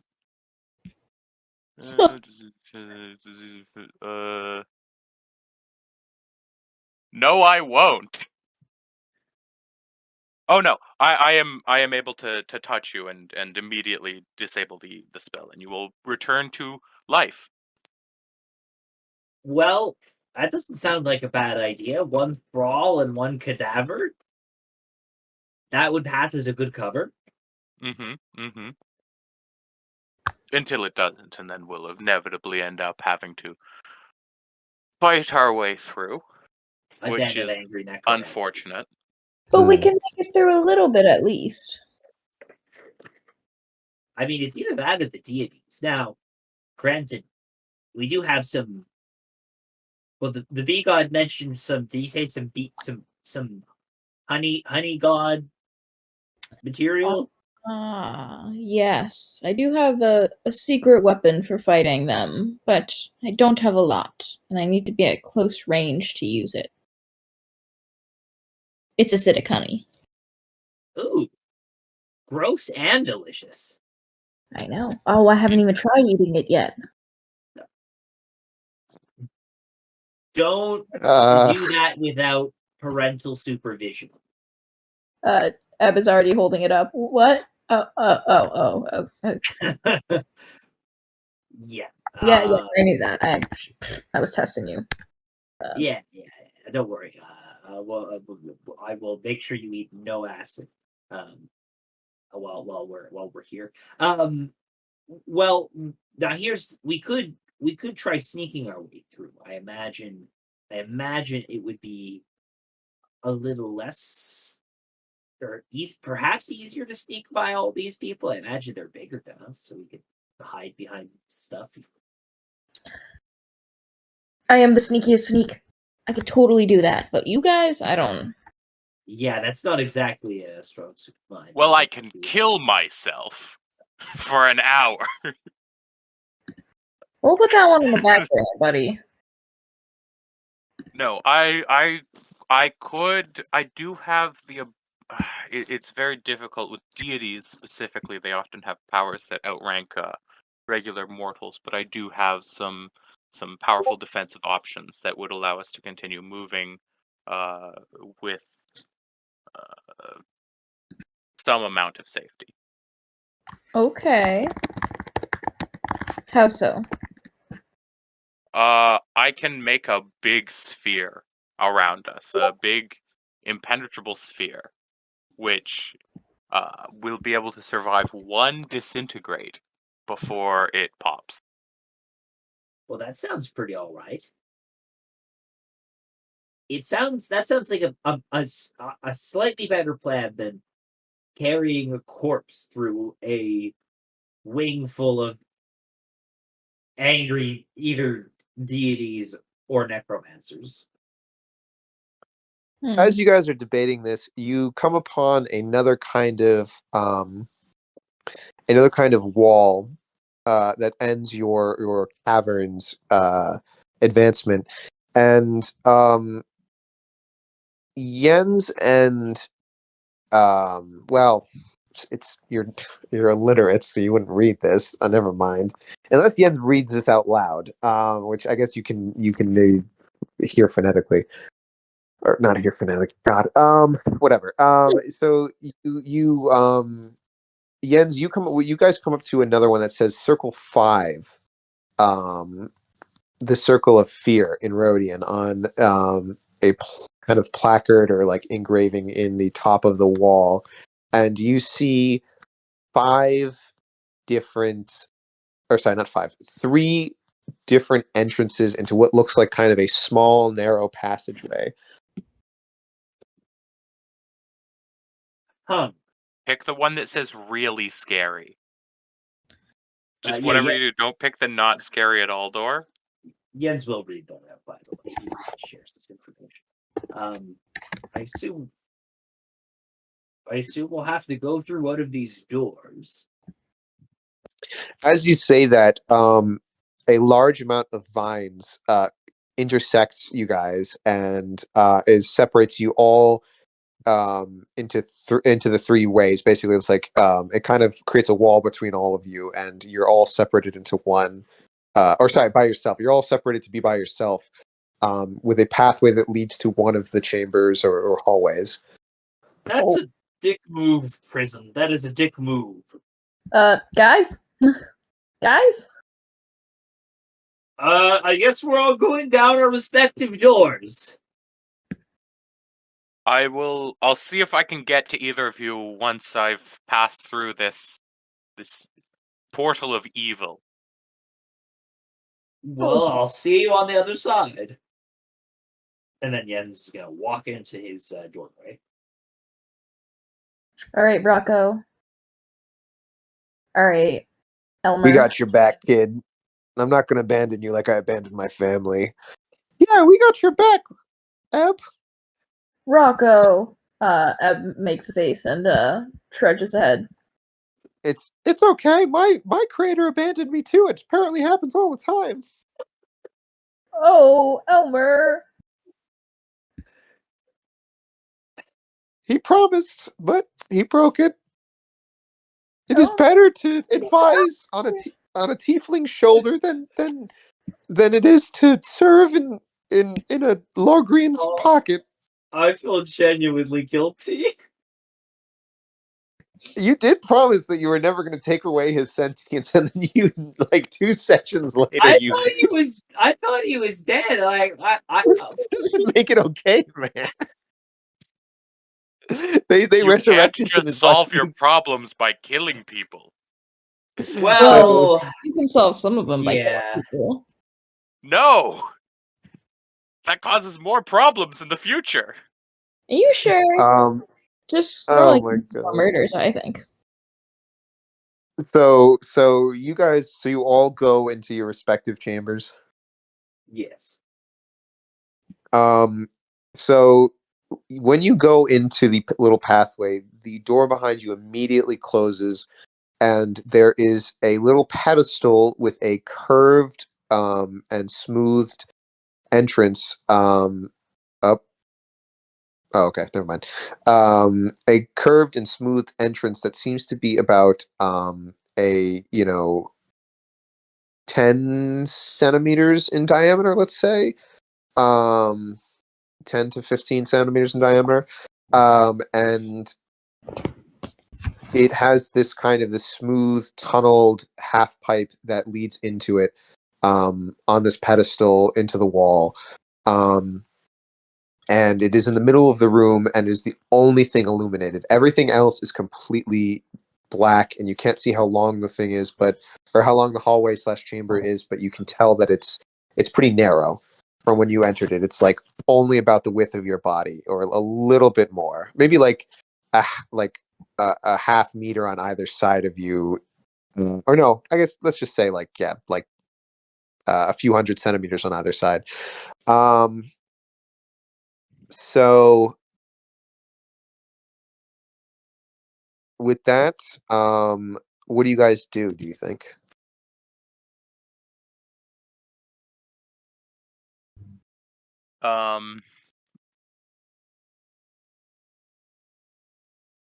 Now that Aldrus isn't in the company of two other people, they are going to they're moving forwards, but they are already prepping a spell. They're doing the hand motions, and they're muttering words under their breath as they move towards the center of this room. Mm-hmm. Ebb, you're going to see, for you, a vine comes out of the ground and points to the hole, and also beckons you at the same time. It points at the hole, and then it starts doing like a come here motion. Ebb does a little bit of the, wait, you want me to go? And then kind of cautiously walking over, holding a dagger, but like not super threateningly, goes over to where the plant is beckoning. If you remember, you don't have a dagger anymore. Why not? All of your equipment's been taken, nothing. remember? Right, I'm in jail. Ebb kind of then fucks up. God damn. I know. It's sad, isn't it? You might be able to get everything back. You don't know. You got to rescue Chicken Nugget Dagger and all, and I the have hair some comb. possessions I need. So you get closer, and you see that the vine gently wraps around your wrist and then points at the hole. And Elmer on your shoulder goes, "I think it wants you to put your forearm in the hole." Oh, this seems like a bad idea. Ebb sticks her hand in the hole. You immediately feel a vine wrap around your wrist, and it starts to kind of you feel it vibrate kind of with magical energy, and you look over at your to your right, or actually, yeah, you see something out of the corner on your eye of your eye on the right, and it looks to be a shadow with red eyes, and the outline is something very, very familiar to you. Kind of hazily, one arm in the fence, one arm like reaching out towards the hazy figure with the red eyes. Ebb's really fighting. She's kicking. She doesn't like being stuck in the wall. You see the thing starts to get closer to you, and it's the same. It's a person. It's a person's outline, and it's the same outline that offered you a hand up when you were on your knees all those years ago, back in your family's hut back in Rhodia. Ebb really quickly draws back her hand. You can't. It's stuck in the wall. It's oh him no, the other one, the one walking that's towards the figure. Ah, I see. Okay, so you start doing that as it slowly walks to you, this moving shadow, which, to be honest, isn't too different from how you used to know him back in the day. But it is him, you can tell. At least it's a very good outline of him. And we're going to quickly jump over to Yens. Yens, you have a similar thing happening where the vine is beckoning you over to the hole. Yeah, I'll very cautiously walk over to the hole. I'll maybe look inside of it first to see if there's anything inside. Not that you can see. There's no like spikes. There's no what's it called? Weapons or obvious traps. You can see that the vine is like gently wrapping around your wrist and telling you to put it into the slot. And it's like keeps pointing and wrapping around and then pointing. All right, I put my arm in the hole. All right, you feel the vine wrap around your wrist while it's in there, and it also starts to vibrate and hum with energy as something seems to be happening, some kind of ritual. And you hear from the edge of the chamber a voice that goes, "Ah, if it isn't the wise!" And you hear the distinct flail of a chain with a weapon on the end of it, starting to crack and smash against the walls in a kind of intimidation tactic, as a huge lumbering figure that is too big for the chamber starts to advance to you, and you remember the sound of that voice from the day that you had your face smashed in. You would remember that pain always. You're looking a lot healthier than the last time I saw you. You see that he just laughs and kind of in that wild berserker abandon just grunts and howls as he chases towards you and starts flailing around in the dark. Can you give me an athletics check real quick? Yes, I can. I rolled a 11. Okay. That's not quite good enough to dodge him completely, but you're dodging here and there while your arm is stuck in this wall as it's being kind of something is happening to it, and he is trying to hit you with a flail, but you're ducking and dodging. He's saying, "I'm gonna finish what I did to that face of yours." You can try, you bastard. And I'm gonna try and I'm gonna try and. Is there a? Yeah, I'm gonna try and give him a big punch. Yeah, you can do that. Big little punch in the face. I rolled a 16. That hits. Roll me damage real quick. What is the damage on punch? D4 plus strength. D4 plus strength. Very cool. I rolled a 6. All right. So you crack him in the face. His head flies back, and you can tell that his spine is a little out of its normal location, and he takes a step back, trying to fix itself. As he kind of like feels his head and his neck, trying to see what's wrong. He also cracked you a couple times, so you take 6 damage. And he fixes himself a little bit as he grabs his head and his chin, and you just hear as it just groans in this disgusting display of chiropractic. I don't know. And we're gonna switch over to Aldrus.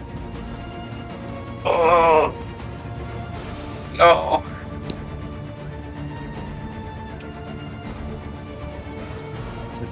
Well, Aldrus, similar deal for you. You're stuck in this cavern or this hallway / room, and you are just kind of beckoned by the vine to put your hand inside of the ritual hole, we'll call it, I guess. Oh, I don't like that. What else would you call it? I don't know. I don't know, but it's giving Mouth of Truth vibes. That's what I'm feeling. What's that from again? It's Italy. a statue in Rome. Oh, I see. Okay. I'm glad nobody brought up that this is somewhat similar to the Dune thing of the putting your hand in the box. Oh no. Don't think about it. Anyway, Aldrus, what are you doing? Yeah, I guess they put their arm in the hole. Their left arm, their robo arm, which doesn't pop off, but if it gets cut, like shattered, by whatever's in here, it doesn't matter as much. This is the prosthetic itself is magical in nature slightly, right? Because I'm imagining that it's Very slightly. Literally, the only thing it's magical part of it is that it connects to nerve endings. Okay, yeah. So you are able to do that. It still works, and you feel the vine slide around that wrist as well and hum with magical energy, and maybe that you were expecting something in the room to pop up, but it's quiet. It's quiet, almost too quiet, and then the light around the pedestal fades, and you just hear in your mind,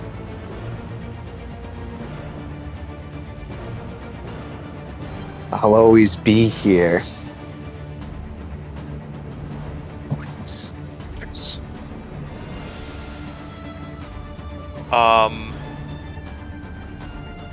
Yeah, the immediate reaction's anger. I've beaten you once, I'll beat you again. You can't win in my head.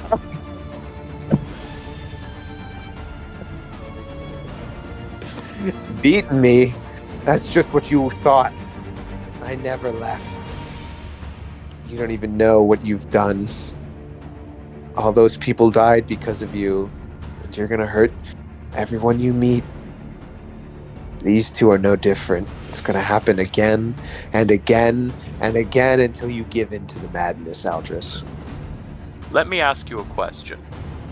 Do you know what it feels like to have your lung burst? Because you live inside of me right now. You are in my brain. I could burst my lung this instant. I could cause you to feel that excruciating pain. And we would both die here, alone. True. But I like the energy, so let's try it. And so your lung proceeds to completely burst inside of yourself, and blood starts flowing out of your mouth. And you just hear thirsting laughter as you struggle to stand upright with that happening. And we're going to go back to Ebb. Ebb, you have this kind of walking ghost of and shadow with red eyes walking towards you. And you know who this is. You know who this reminds you of. What do you think that signals to Ebb? What is running through her mind as she realizes that? Fear and disbelief,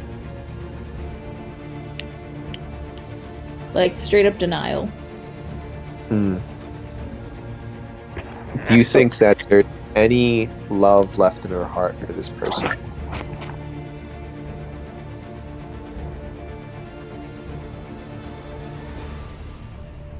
No, I don't think so. Well, they keep walking, and what does Ebb do? Ebb is still stuck. Ebb is still stuck for the moment, yes. Ebb is searching for something to throw at them.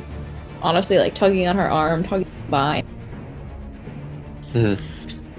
As you do, it does release the latch on you, and you feel something on your wrist, but your wrist is free now. I rip it out and I run. You run to the other end of the hallway as the thing, as the door, this stone door starts to creakily slide, but it does it slowly. And as you look back as you run, you see that the person has now broken out into a graceful but menacing sprint toward you. And it's getting closer. Yens, you have something similar happen where while you're dodging, all of a sudden while you dodge back trying to get your head out of the way of his mace, you fall back and are now on your ass, but your hand is free again. Ooh, very nice. Can I try? Is it how many? Does he have a free hand? He does have a free hand. Can I try and grab his hand and shove it in the hole? Oh, interesting. Give me a sleight of hand check. Yeah. Sleight of hand check.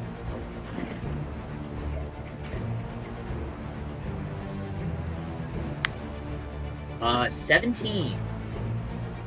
Okay, yeah, no, you as he is still trying to fix his head, you are able to grab his hand and put it inside the hole, and you hear the thrum of the machine start to go again of the ritual, and he goes,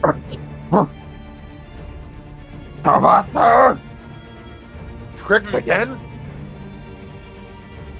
Can I start punching him?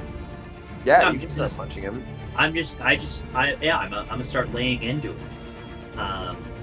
If I can, I'm gonna try and knock his weapon out of his hand. Do you need me to roll any? Tell you what, give me just a flat d20 roll. A flat d20 roll. No modifiers. Well, I rolled a natural 20.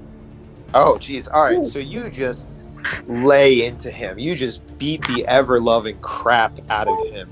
A fist here across his chin, around to the gut, a liver blow. You're just cracking him every which way, and as you do, he starts to fall apart.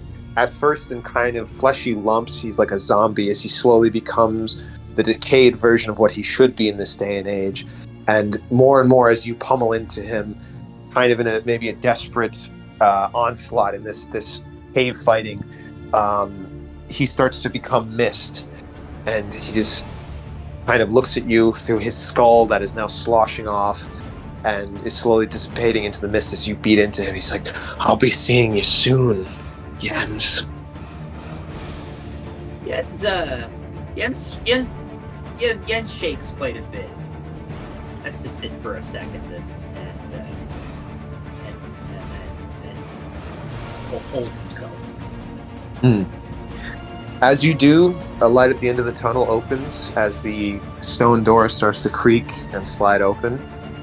We're going to go back to Aldrus.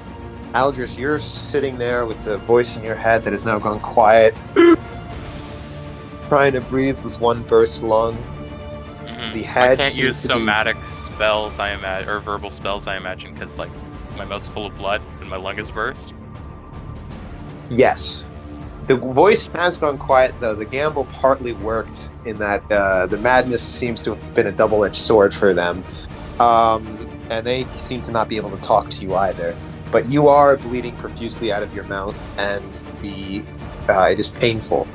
The door at the edge of the hall does creak open, and you are able to see the edge of the light, but you are still halfway going there. So, do you think you start making your way to there?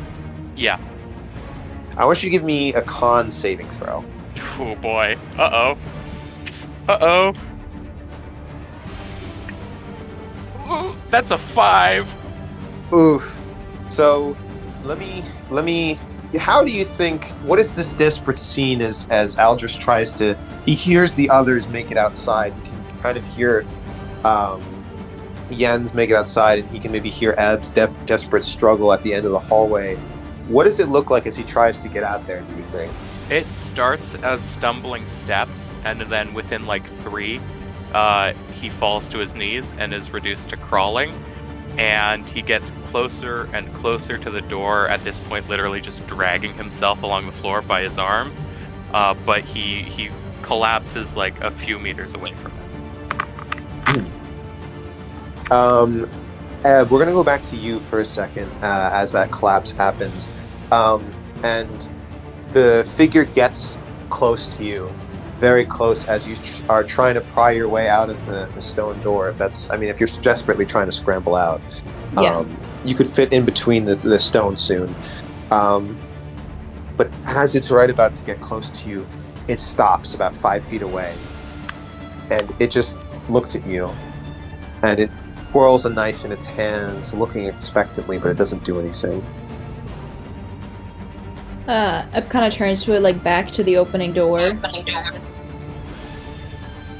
And... anyone else hearing the echo? Yeah. Oh, sorry, is that me? It might be me, sorry. Better? Yeah. Back to the opening door, and it's a really good look, kind of like in ready stance, but takes a good look at the wispy figure.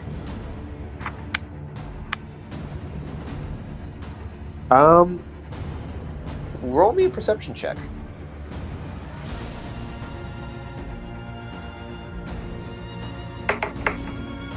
Okay, 17. In the shadows, there seems to be something a little solid. And something that's almost controlling them. There's the shadows that are running across its surface want to move, but something seems to be holding it back. But as that's happening, the door gets open enough that you can crawl through, and you see Jens on the other. Or well, actually, no, you don't see Jens on the other side. He's decided not to go through yet. So yeah, you are able to get across, and you are the first one out the door. And with that 17, I'll carry that over, and I'll say that it is light now. You're no longer in the cavern, and you see that what was put around your wrist was a red thorn wristband, made of thick, deep red thorns and vines. Ooh, one, it looks badass. Two, is it scraping my hand? It's kind of like Jesus's crown in that it slightly pokes you, but it's not like doing deep gashes or anything like that. So there's like a little prick of blood here and there. Eb looks at it and just kind of like whistles. It's pretty cool. It's pretty badass. Mm. And she made it out. So she's kind of like just gonna lie on the ground and stare at the sky. Yeah, Jens, we're gonna go over to you real quick. Yeah, you hear a whistle out there, and I guess what is Jens looking like taking a second? Is he sitting down, breathing heavy, hyperventilating? What's good? Yeah, a little bit of that. It's not too extreme, but he's definitely he's a little short of breath after that whole experience, shaking him up quite a bit. But that said, he still gets up and walks on out of this silly fucking cave. Mm. So you see Eb, who is looking, at her wrist, seems to be, worth for wear. She has a bright red, or sorry, no, a deep red vine bracelets. And if you look down at your own wrist, you will notice that on whatever arm you put in, you have a kind of birchwood-looking vine and thorn bracelet as well. Yeah, lovely, very fashionable. Mm-hmm. It's slightly digging into your skin, same as hers, but it's not like doing any permanent damage. Do you say anything to each other as you kind of get out into this place? I think mine looks a little nicer, but you know what? Yours fits your vibe very well. Yeah, they're pretty cool. We match. Eb goes for a fist bump. Against fist bumps. Do you think they're just giving us free jewelry as like a welcome gift, or do you think these are like magical wrist bracelets or something? Eb kind of fingers hers and tries to detect magic. You do detect magic. They are magical. As you Ooh. all also are fist bumping and everything, you do hear from the cavern that should be holding Aldrus. You hear.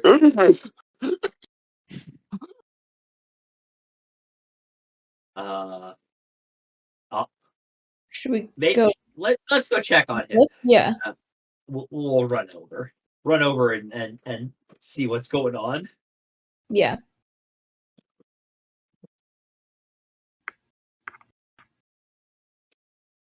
Sorry, I had my thing muted a little too long. So you guys look down the dark hallway, and tell you what. While you guys, Max, why don't you take over for a second and describe everything for a bit as the temp DM. I got to go grab my charger, and I'll be right back. But I mean, you just have to kind of describe yourself and what it looks like. Yeah. BRB.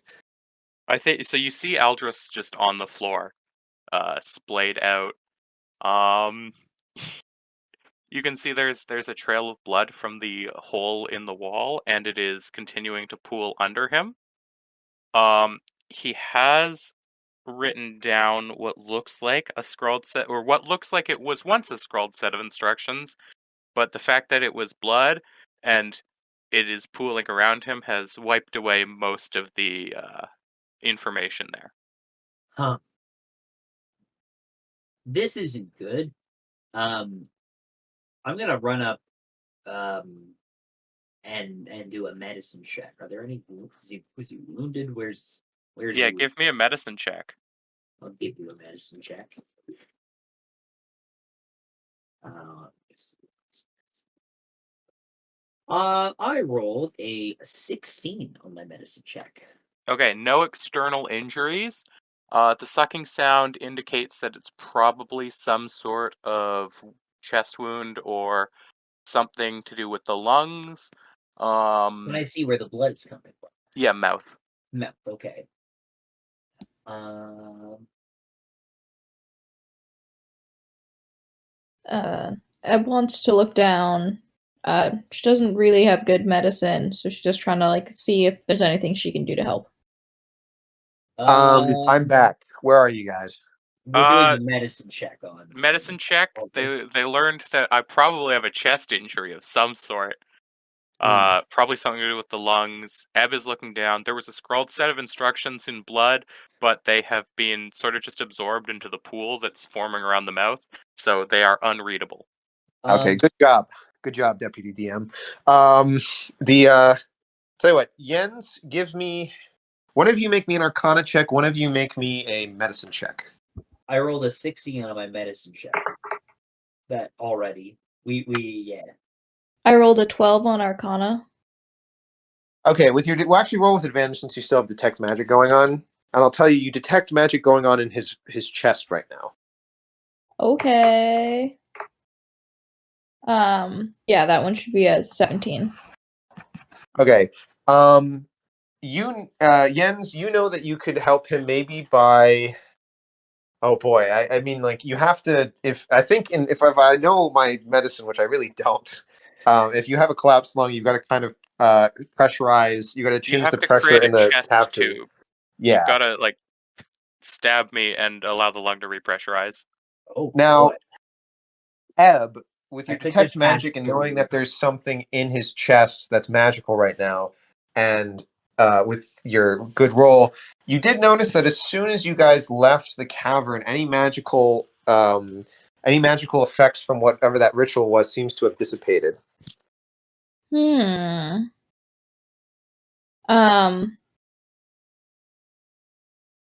Yeah, so the magic seems to have dissipated, but clearly there's something magical about his injury. Well, maybe we could try moving him out of the cave. Yeah. Wait. All right. Let's try that. Eb's gonna lean down first and try and focus on whatever she did in the past with them ghosts. She's like, oh, this guy's dying. That's almost ghost. So wait, are you going to try and move him out of the cave? Should we do that first? Yeah, let's do that first. Okay. So you guys are able, I'll say with both of you, you should be able to, especially because Jens is pretty massive. You're able to kind of carry him outside of the cave. And yes, when you do get him outside of the passageway, Aldrus, your lung does reconstitute itself. Oh.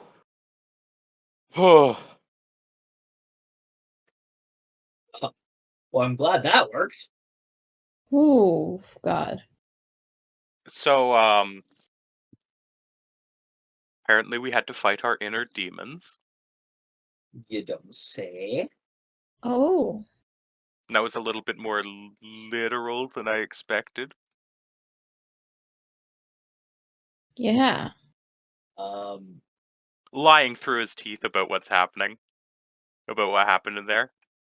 Absolutely not telling the truth. All right. Good. Secrets. Secrets are the best. Do you have a bracelet, Aldrus? Oh yeah. What's on my left arm? On your prosthetic, there is a black thorn and vine wristband. What an interesting thing. Huh. I suspect this is to keep prisoners in line or perhaps track them. And I'm going to like chip away at one of the walls as though I'm trying to escape.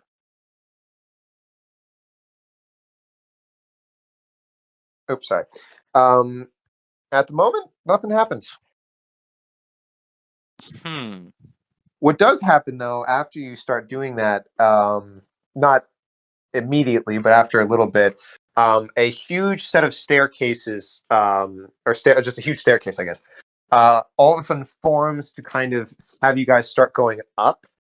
Right in front of you. That's the only really way to go forward if you would like to. There is light coming from up above, and you can start to hear voices. Huh. Well, we may all be dead. That's the light that everyone talks about. More likely, it's just another part of the prison. But we've seen crazier things today. I've died what like twice today? Why not make it a rule of 3? Yeah, go for the hat trick. Well, alrighty then. I'll start walking up the stairs. Jens will follow right along. You all three are going to start going up the staircase? Oh, sorry. Yeah, Eb, what did you want to do? Yeah, Eb follows up the rear. So you guys start ascending. It takes a while, and as you do, your legs start to ache a bit. It takes a long time. The stairs are kind of slippery and not very well designed for actual use. Almost like they're made to be uncomfortable. And as you get up, the voices start to become louder and louder, and you hear the clink of glasses and metallic plates. And you hear people and a rumbling of conversation, as if a great hall of people is up there. And as you get closer, you hear somebody yell. You hear a rumbling of people pounding something like against their chest or slamming spears on the floor, and you hear fresh meat incoming. And you are blinded by the light of torches and candles as you get into a circular room from the staircase winding up. And all around you, you see a vast menagerie of different types, from some sleazy-looking, con artists of goblins and hobgoblins, gnomes, humans, to tough-looking minotaurs and lionkin, dragonborn, to mutated, deformed, and just outright deranged-looking elves, orcs, everything in between, and some species you couldn't even really name, in this kind of circular outcropping, where it's got a circular bottom level at the base where there's a bunch of tables and things like that where it looks like people are eating. And there's a bunch of torches and candles lit around, and there's a few levels up where it seems like guards, the first guards you've really seen, are walking around on walkways through grates and fences and other things. They're looking down, just monitoring kind of lazily almost, as you guys enter, and they're the ones yelling fresh meat, along with some of the other inmates who are yelling, "Woo! Fresh meat! Welcome!" Oh, look, we got some more lizard folks. Oh, that's a tall one, isn't he? Also pointing to Jens and a few other people. A tiefling. That one's a scrawny one. Won't survive more than a week here. And you can see that some people... What? Eb growls at that. She doesn't like it. Roll me an intimidation check. It's so scary. It's a 14. Yeah, you get pretty good. Like, maybe 2 weeks. I don't know. I haven't been sad to say anything. The other guy backs off, but you notice some people are paying attention to you. New people coming in seems to be a little bit of a big deal, but at the same time, it's nothing too crazy for a lot of them. A lot of them just stare at their plates as they eat. Be honest, I was expecting much worse considering the last 2 rooms. This is quite welcoming. Oh, sorry. Go ahead. What were we going to say, Jens? Oh, I was just going to agree. Could one of you roll me a perception check? Yes.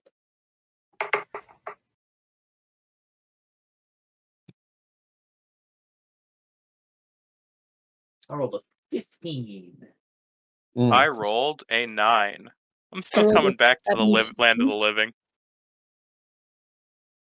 You rolled a 9, 15, and was it 13, Eb? 17. 7. Oh, okay. Aldrus, you notice that there's a few tough-looking people kind of looking at you. Nothing too crazy. You notice that it seems like the place where they are serving food, the chow line is closed. Unfortunately, it seems like it's too late in the night now to get any food anymore. It doesn't look great what they're serving other way. It's some kind of weird mush and some peas. That's about it. Yens, you notice that everyone in the bottom level is wearing some kind of bracelet, thorn and vine bracelet, of different colors. You see other people with white, you see other people with red, you don't see anyone with black actually. You see some people with green, you see some people with blue. It's just like a lot of different colors that you can imagine that are just around. How many others have like birch bark or other similar? Yours is white. I mean, technically, it looks kind of like the texture of a birch tree or like a dogwood, you know. Okay. So it's just the texture is different for all of them, but the color is very similar. Gotcha. Like Ebbs kind of looks more like more of like a poisonous or like vine growing from like a flower, but yours looks more like a tree almost with some like more rudimentary. Aldris's kind of looks like almost like a weird desert plant that's been burnt in a way, like with flaking thorns and vines. You guys, and Eb, so you see a few people around, like different colors, different colorful characters. You see that there is a guy with, funny enough, a weird smile and a black hand for a tattoo on his right shoulder. It's Atham. Huh. There's a guy funny enough, there's like a weird looking guy with a big cloak who's like glowing really, really brightly in the corner that everybody's looking at, but he's acting like nobody can see him. It's really weird, honestly. That's not actually happening. Glowing guy for now. He doesn't seem important. Okay, cool. Yeah, he's never important, really. Oh, I didn't say that. Shots fired. Reese totally DM'd me to asking me to say that. Plausible deniability. I ain't got none of that, son. All right. While we're all making fun of Atham, I'm sure he'll appreciate this while he's editing. Atham is stinky. Oh, got him. You got him with that one. Yeah. Do you say that out loud? No, but Jens thinks it very loudly to the point where any telepaths in the room would definitely hear it, and anyone who is telepathically inclined and likes to listen for his own name out into the universe would and is very golden would probably hear it as well. You look down at your wrist and you see that half of it starts to become black and white in like lines, like a zebra almost for a second, and then it goes away. Which I'll explain what that means later. But you guys want to do anything? I'm gonna go up to the biggest person here and try and shake their hand, like a friendly handshake. All right. You go over to Jens and you shake his hand. The biggest person who's not Jens. Okay. Jens is like her shoulders. That's actually you okay, so besides Jens is like maybe the third tallest person actually. He's close. He's up there. One of them is the tallest person closest to you is probably the Minotaur. So you want to go over and shake his hands? Yeah. Okay, what do you say exactly? You just stick out your hand. Well, as it seems that I will be here for the foreseeable future, I hope to make long-lasting and positive relationships with everyone in this room. I'm sure that we can be a force of growth for each other. He looks down at your wrist. Which hand do you put out? Do you put out your prosthetic or do you prosthetic? Aldrus is left-handed. It's not like a thing that he's doing on purpose. for this specific instance. He looks down at your hand as you put it out, and he goes, "I don't really associate with necromancers." Fair enough, given most people, but I assure you, I am a force for good, a positive force on this world, if I do say so myself. Tell that to Block 3. Well, he looks I at don't you. know what that means. He sighed. Newbies. All right. He looks over at the rest of you three, and he looks at each of your wrists, and he's like, "All right." You see that he picks up a towel and like washes or wipes his mouth from what he was just eating, and on his wrist too, you can see that it has a red lined with white, kind of in a spiral on his wrist. All right. Well, I don't know what each of you did exactly, but you better learn that being friendly in this place doesn't really get you anywhere fast, except for maybe the grave. See, that's a very interesting thing. I don't really care what being friendly gets me anywhere. I'm going to keep doing it, regardless of what anyone in this place thinks. You tell him, Aldrus. He I'm stands gonna up. leave. He stands up fully, like right before you do that, and like he was already like one of the tallest people in the room sitting down. He is massive when he's standing up fully, like almost reaching the second level with his head massive, including his horns. And he just shakes his head at you, but he doesn't say anything mean in response. He actually just lets it go and goes to clear his plate. Okay. Is there anything else you guys want to do in the next few minutes here? Anything immediate? I kind of want to. Sorry, Braden. What were you saying? I was just going to ask: is there anyone notable, anyone that any of us would recognize in this room?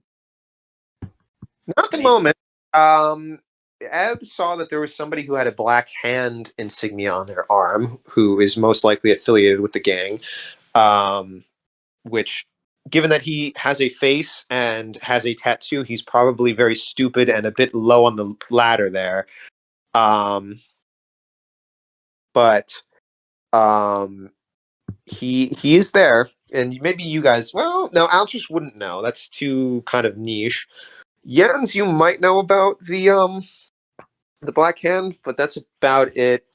But otherwise, everybody else in the room would be kind of a mystery to you right now.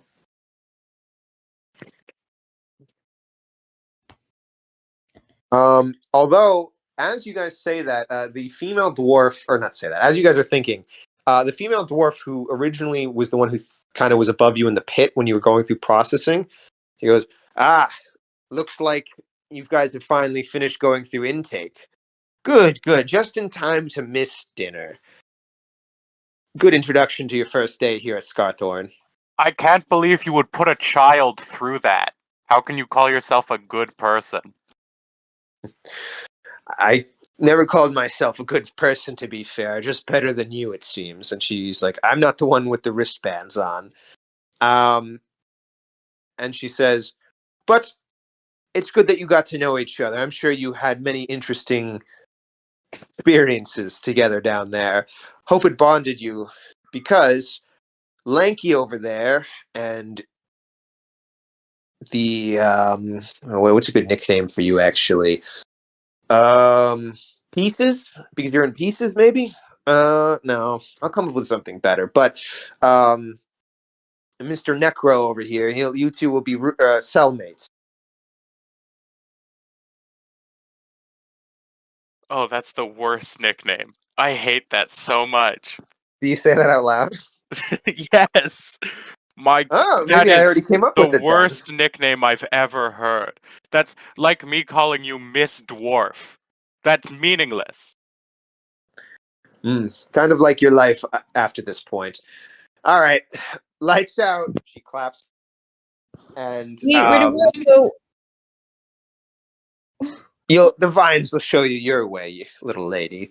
And the torches start to go out one by one as people shuffle off to their cells. And one of the vines actually does come and and grabs you by the waist and starts to kind of glide you to your cell. Aldrus and Jens, Eb is being kind of taken away. Do you want to say anything before she gets kind of kidnapped?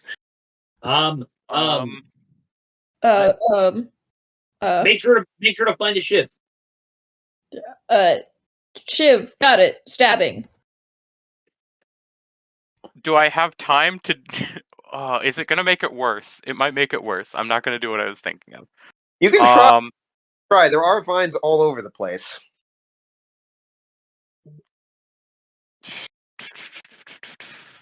No, I'm not gonna. I'm just gonna go. Listen, I will find you, and I will help you in any way I can. This place is no place for a child. Ebba just nods at that.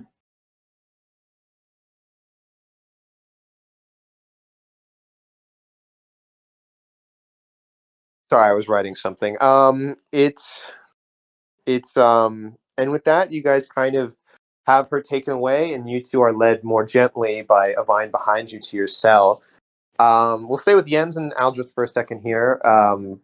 We'll be wrapping up soonish.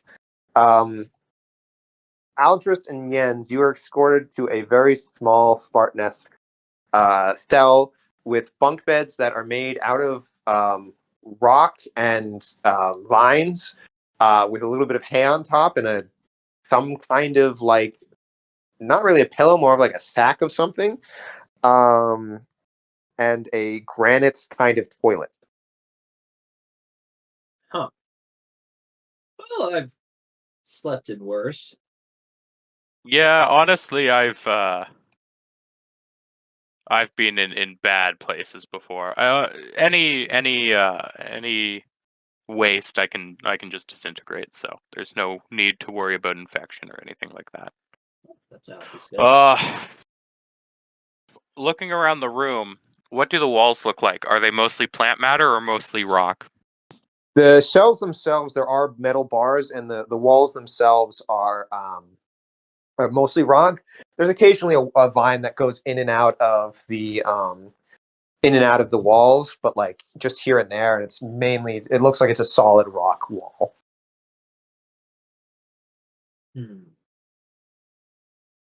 If only I had a rock I could talk to about the walls. What would Rocco tell you? I don't know, like how thick the walls are. I don't know. He's a rock. He knows rock-related things. He knows pretty rock smart, things. actually. Yeah.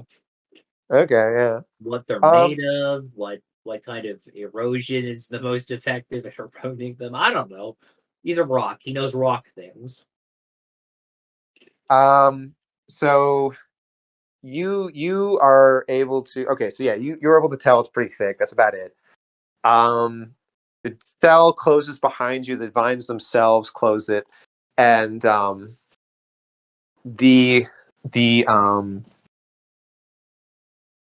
guess that's pretty much it. It's just dark in your room now. Is there anything you two want to talk about while it's night?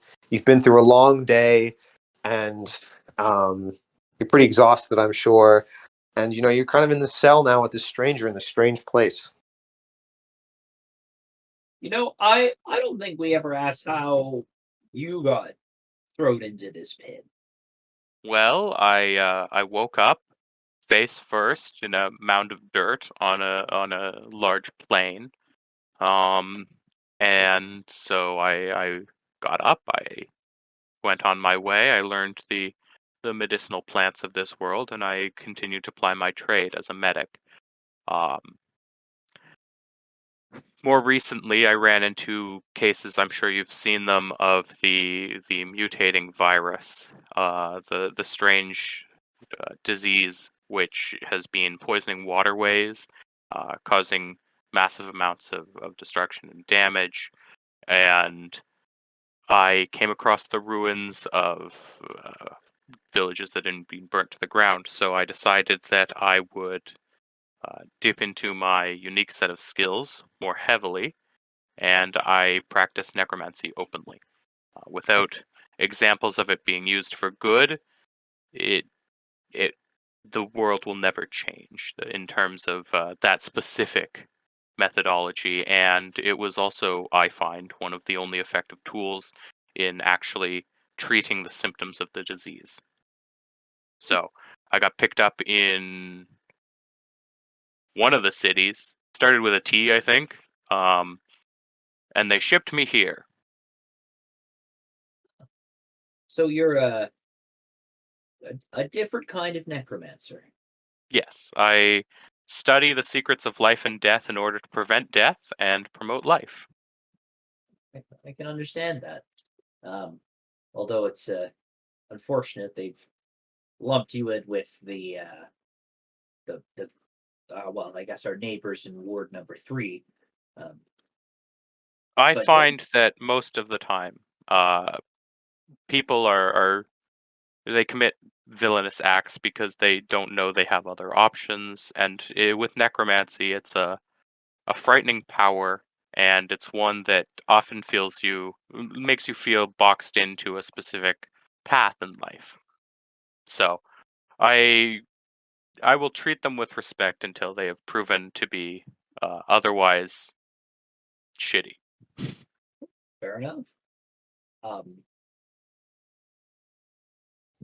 I suppose we should probably consider how to escape, but we should wait to find them to do that. We'll probably put our Yes, heads together, I think. the walls are not organic enough for me to simply cut through them. Unfortunately, I will see what I can do with minor spells such as fabricate, but I can't promise a speedy escape. And like you said, we need to find your young ward, or it's all for nothing. Yes, and I don't have many spells that'll be helpful right on their own, sadly. So we'll have to wait for now. Your young war. Well, with that introduction out of the way, nice. I guess Jens and Aldrus will be able to settle in for the night. Quick question: what is the bunk order? Who's got top bunk? Who's got bottom bunk? Yeah, who's top? Atham does, or Atham, fuck. Atham Aldrus top. doesn't care. Jens also doesn't care. Oh man. I think we should have rock, paper, scissors. I And agree. Whoever wins Has to choose. Wait, yeah, I was going to say, how has does to that make work it. if you both don't have a choice? Yeah, all right, this is good. Whoever has All right. whoever has to have the displeasure of choosing. Ready? Here. Rock, paper, Paper, scissors, shoot.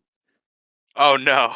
Aha! Oh wait, no. Now I have to choose. All right, I'll take the bottom bunk. Curses. I'll take the top. There you go. That was what an experience. I didn't like choosing, but I liked honorably. Rock, paper, scissors for the choice. Truly a battle for the ages. Truly. There we go. I just wanted to put that in. I wanted to put that in just because I found the context very funny. We'll switch over to Eb now. You are being whisked along gently, almost by the vine as carrying you around the hip. It's almost fun. How it has you like kind of soaring through the air at pretty high speeds. Yeah, letting out a wee wouldn't be too or a woo wouldn't be too crazy. As you do though, or as you are enjoying it, it stops pretty abruptly. It sets you down, and the vine quickly smooths out your hair and puts it back to your eyes, pats you twice in the head, and then zips away.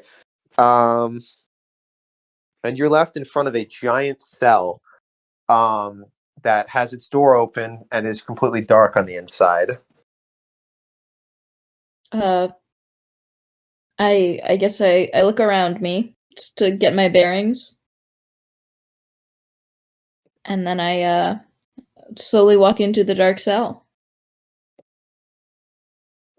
As you get in, it's similar to Jens and Aldris's. It is Spartan. It is got a granite toilet. It's got 2 bunk beds. On one of the bunk beds, it looks like there's a giant boulder on the top bunk, actually.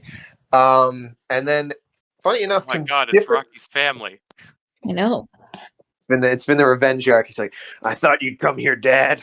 I've been waiting 2,000 years for this revenge. The toilet, a granite sink too, which I forgot to mention in the other thing. Differently though, is that there is a giant like indent in the wall, like a kind of a square or a rectangle, carved out. It looks like or something. That has what looks to be a few books and maybe 1 or 2 knickknacks. I'm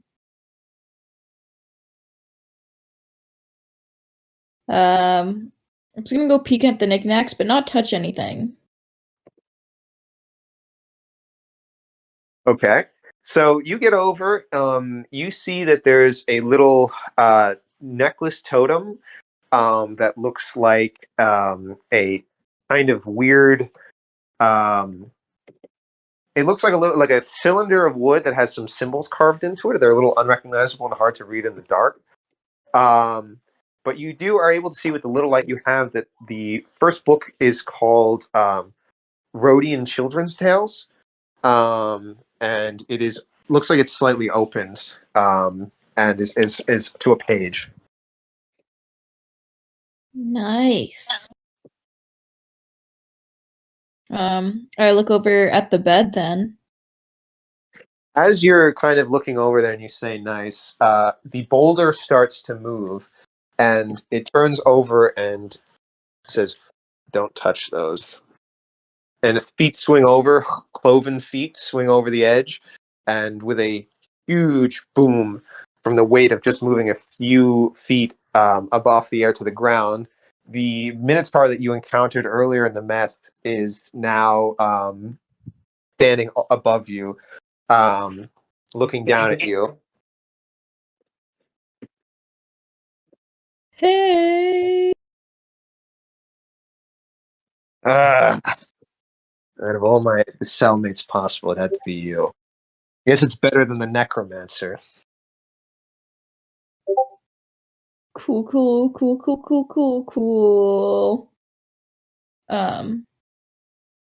Okay.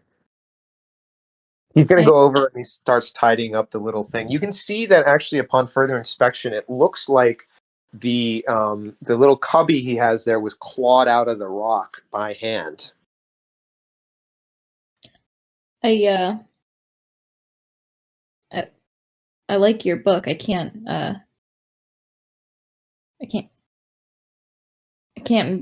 read it, but I like the I like the colors with it. It's good. He looks at you and he's like, you can't read it. You're Rhodian, though. I can tell. If a green tiefling with your accent, there's no way that you. How old are you? Rude.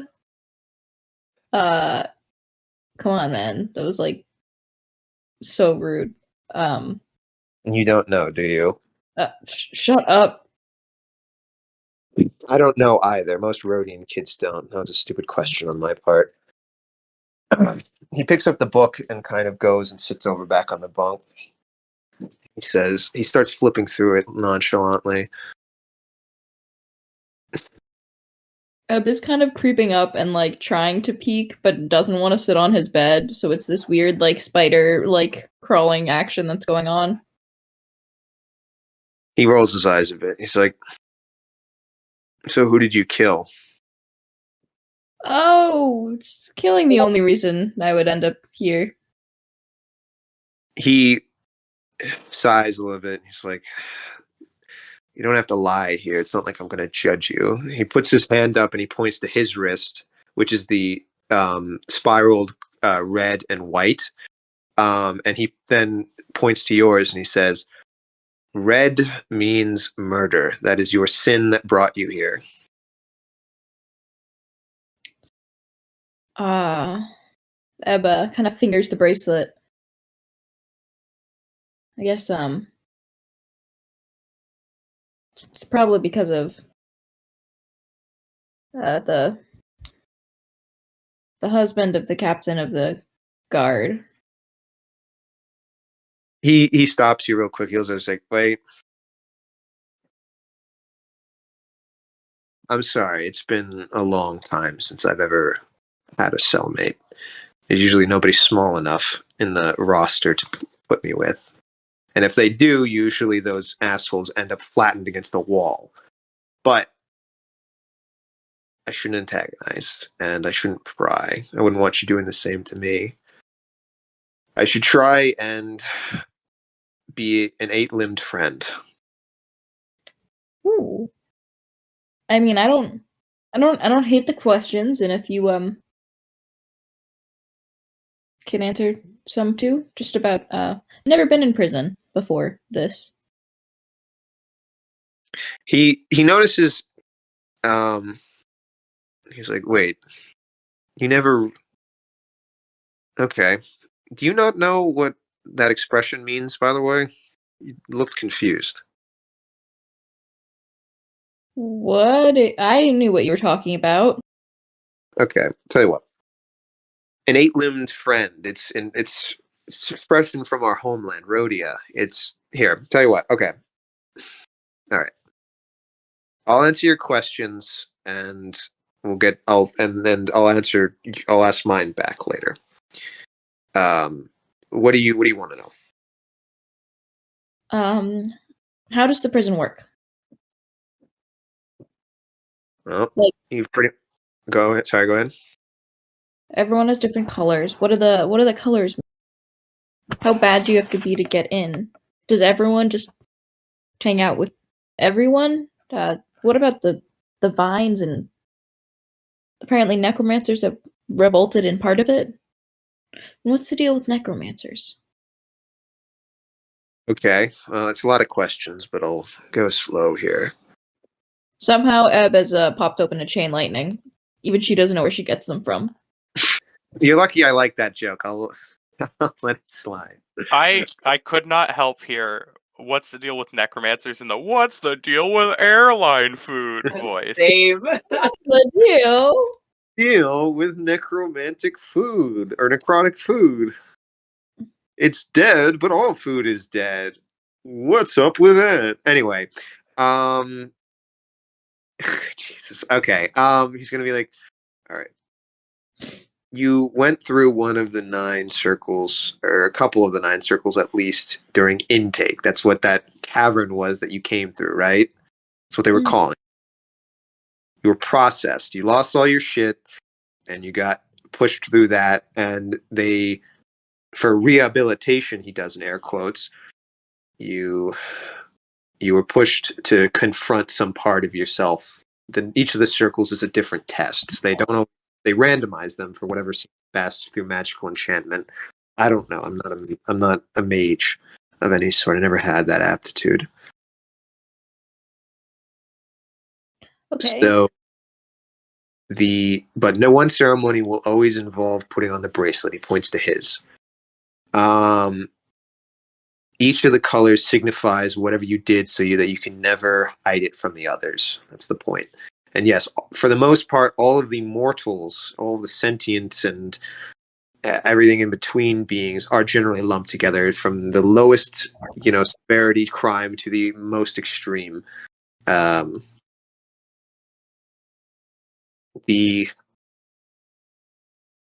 red, murder, pretty simple. Black, necromancy, which, to put as a side note, I don't know if you are aware of this considering how young you are, but necromancers are not welcome in pretty much any part of this world. Any country, any city-state, any organization, if you're found to commit the heresy of and he kind of rolls his eye at heresy, of necromancy, you are sentenced at, if not to death, to usually here somewhere else in that country's prison system. And this place is the worst for all countries who don't want to have to deal with them. Partly run by the church, who always likes the chance to reform, quote unquote, sinners.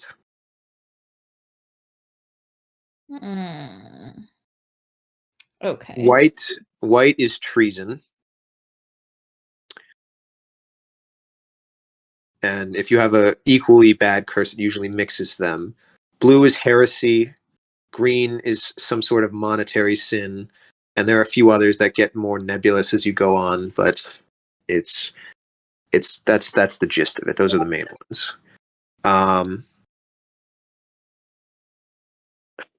What else did you ask? Or how does the prison work? Really, it doesn't. They've got a few lazy guards on the payroll who don't give a shit about anything and will beat anyone if they don't feel like it. And then they've got the vines to do most of the work that keep you in when they want and out when they, I guess, just want to torture you. But for the most part, the vines do all the work, and they don't really have to care. We've got free reign of the prison for the most part because there's no way out. Even if you could get past the vines and the layers of sheetrock, you would be left in the basin ocean without a navigator, meaning that there would be no way to get off safely. And this place moves around too, so we don't even know where we are most of the time within the ocean. Wow. Yes. Oh yeah, and then there's blocks 3, which they don't. As to give you an example of how much shit they don't give, basically some necromancers set up turf there and started turning anyone who came down there into thralls and corpses and amalgamation monsters that would keep you up at night. Horrible things. But they don't try and escape. They just have their little kingdom. This place is so huge, and any cellmate unlucky enough to wander there gets absorbed into it. So, but the guards and the warden don't care because they don't try and escape. They stay in their little shitty block and they keep reign over it, but that's all they do. So why? In fact, it works as a pretty good deterrent for anybody else. If they don't like them, they threaten to send them to block 3. And finally, the planers, that's what we call them at least, don't go to that block.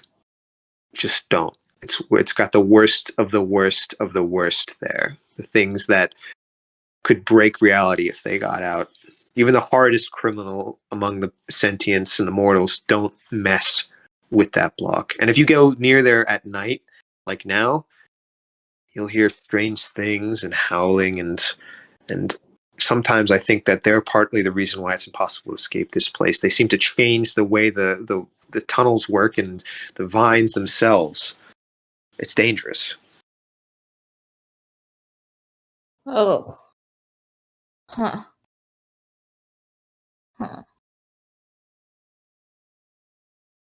So it's really is life in prison. He looks at you and he says, I don't know all the context of what you did to get here, but we can talk about it later. But I've been here since I was 13. Huh. Nobody in Rhodey is going to come to get us. Not our culture. You should go to sleep soon. But I'll tell you this much.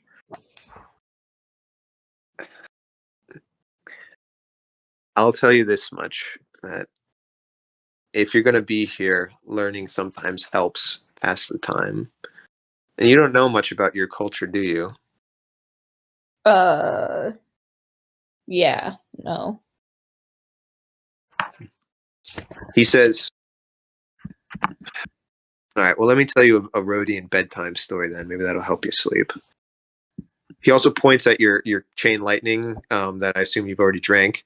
Oh, yeah. He's like, are you done with that? Yeah, Eb shakes the can for the last drop and hands it over. He's like, all right, thanks. He grabs it, pours out the last little bit, crushes the can, and eats it. It's good for digestion. Cool. They do make good cans. Sometimes a little too juicy for my taste. Anyway, he said, I said earlier to be an eight-limbed friend. It's a Rhodian expression. Mm-hmm. It's a reference to this story. He says he motions for you to get a little closer to him as he opens the storybook. Eb scoots on over. These are traditional tales that explain a lot of our culture and how it was founded. Even though they're called children's book for external exportation, it's not exactly accurate to call them children's tales. Are you comfy? Yeah. Eb is underneath all the blankets. All right. He opens the page to a story that's called The Old Fisherman and the Octopus. In one of the villages near the coast of Rhodia, there was a fisherman. And he didn't know he was a fisherman yet. One day, when there was no food in the fields or seeds to be sown, he decided to look elsewhere to feed his family. So he wandered and wandered and wandered until eventually he stumbled upon the coast, into the Great Basin Ocean and its salty sea. There, he saw many things moving in its depths, and he thought, here, I can hunt, but I can hunt in this water, away from the fields and away from the sown oats of my land, and I can feed my family with this. And so he, inventing a line to catch these things, to go beneath the glassy surface of the water, made an effort to catch these things. And he got few at first, small things that were not very sustaining, but their bones worked well for fertilizing the fields, and they added great flavor to stews. And eventually he upgraded to nets and spears and everything that a man could muster and invent, that the things under the water cried unfair at him for they had never seen such things and could not defend against it. And eventually their cries of unfairness reached someone, a great octopus. It captured him one day and demanded to know what he was doing in its realm. He said, I am here to feed my family. I am a simple animal like any other, and I follow the rules of the kingdom. I am strong enough, and so I take what I want from the others. The octopus said, that is true, but this is a different kingdom than your land, and you are not welcome here. So the fisherman made a deal with the octopus and said, how about this? Every day that I come to test, every day that I come to reap the benefits of this kingdom, you will test me. You will test me in strength. And if I wrestle you and I'm able to win, then I may take what I want from the sea and give it to my family. If I lose, then I give myself to your kingdom and I shall feed it as it has fed me. The octopus, seeing the man's bravery, accepted. And in doing so, every day the fisherman, before he came to catch the bigger and bigger prey that he was soon adept at finding, he would wrestle with the octopus, stealing away his spear and his net from it as it tried to drag him to the murky depths. And every day he would win and laugh and joke, and eventually he would talk with the octopus during and after their bouts of strength, and he would befriend them. And the octopus accepted the man eventually. Many years later, when the octopus came again, he found the man to be old and weak. And still the man said he needed to feed his family. So One fateful day they were wrestling, and the octopus won. The man could not break free. The man, in some versions of the story, in this version, he said, "Please, we are friends. Do not break our promise because you care about me."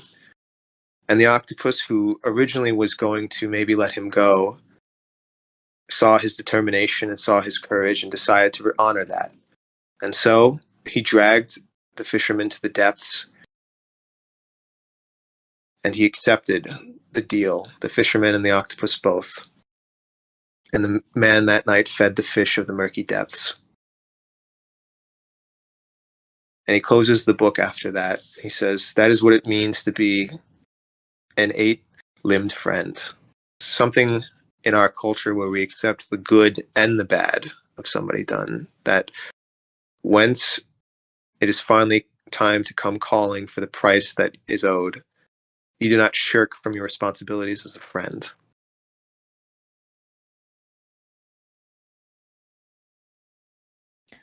Eb looks up, really a new light looking at the Minotaur, and doesn't reach out her hand, but just says, most people call me Eb. My name is Nastili, but you can just call me Nis. He closes the book and he says, in some versions, the fisherman begs to be let go, and in some, the octopus laughs as it takes him to the depths. But it all depends on what you believe, Eb.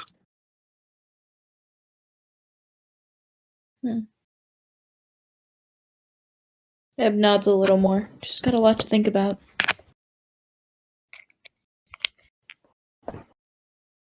He sighs deeply and he says, you remind me of me when I came here somewhat. He puts the book back in his little cubby and he climbs on the top bunk, which seems to really be struggling with his immense weight. And he says, you should get some rest. You're going to need it for this place. Oof. Eb curls up. Eb, I want you to roll me a perception check real quick. Okay.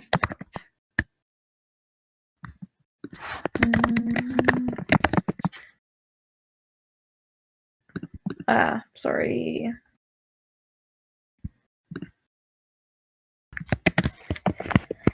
Uh, 24. Oh, wow. Okay. You look up. You might have gotten to sleep and briefly woken up again. You know, it's one of those times when you close your eyes for a second and it feels like a lot of time has passed, but you're unsure how much.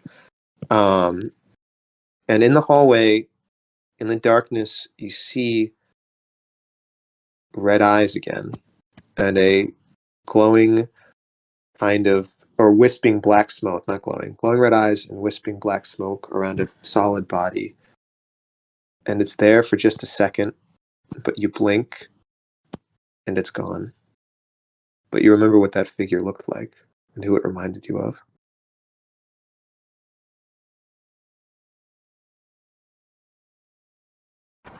And it's...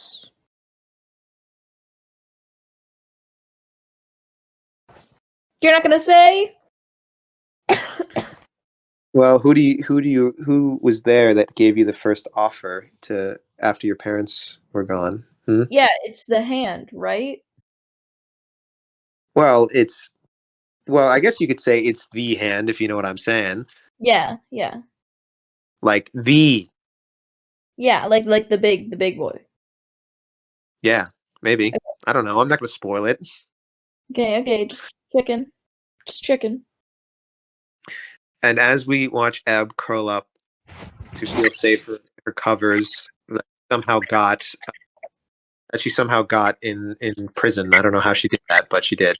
We're going to zoom out from her cell through the hallways of Scarthorne out to seeing the immense fortress and the vines moving in the water into the black night and up through the clouds again. And that's where we'll leave off this session. Okay. God Prison dang break it. is gonna be hard. Oof. Yeah, you guys. I was gonna say, if you thought you were breaking out of this session, no. This is like the international hot. Like this no. is where you, I'm you just put the planting worst the of the worst. seeds. I'm planting the Uh, seeds. I'm getting ready to cause problems. I'm not excited for Woo! Block 3. Block 3 is not going to be fun. No, it's gonna be awful when we go there. I'm really Listen- not looking forward to being a cadaver. Yeah. I'm interested to see how you guys are gonna actually make that work. I don't exactly understand what the I plan. literally have a spell called Feign Death that does that. I know, but I don't understand. Like, you're just gonna show up and like in the I'm a necromancer- necromancer. You're gonna be like, "Hey guys, I brought you a dead body." Hey guys, I Whoa, brought I a love dead it. body with me. No one reanimate it. It's for science. Yeah, well, you can do autopsies, but no reanimating. Also, No one was so what the hell are you doing here? I didn't say you could come back, you son of a bitch. Haha! You thought you could keep me away, but I'm here. Well, I mean, honestly, I'm very pleased with that session. I thought you guys did a great job. Again, very story oriented, more than combat or anything like that. But I thought it went very well. Oh, Not so ditto. It was really It was good. great because there was no Atham. That's what made it good. Oh, you know what? How dare you. You missed it, but we had a little point where we all just stopped and roasted him. Was I not here for that? Were you No. not here for? No, Well, you're. Craig is still recording, so we can have another one.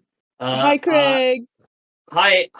Uh, Atham, yeah, I Atham is a big dum dum. He's a big poopy. Big Atham. poopy head. More He's like a massive poopy head. big dummy. Yeah. Oh shit! You did not. Wait, hold on, real quick. I wanted to say, what were you gonna? You were gonna say something earlier, Max, about the session. You had a good time. Oh, I had a very good time, but also, screw you for doing that to me. Screw you for making me think of those moments. And also, this prison has to stop putting 13-year-olds in it. Yeah, there are a lot of children in this prison, and by It's- a lot I mean two. No, okay. Nasili is not a child now. He was. But he He's not was anymore. a child. He was Oh my God, put in what? here at 13. Ah! What the hell is that? My God, Whoa! what the hell? You can't give us that power. That's amazing.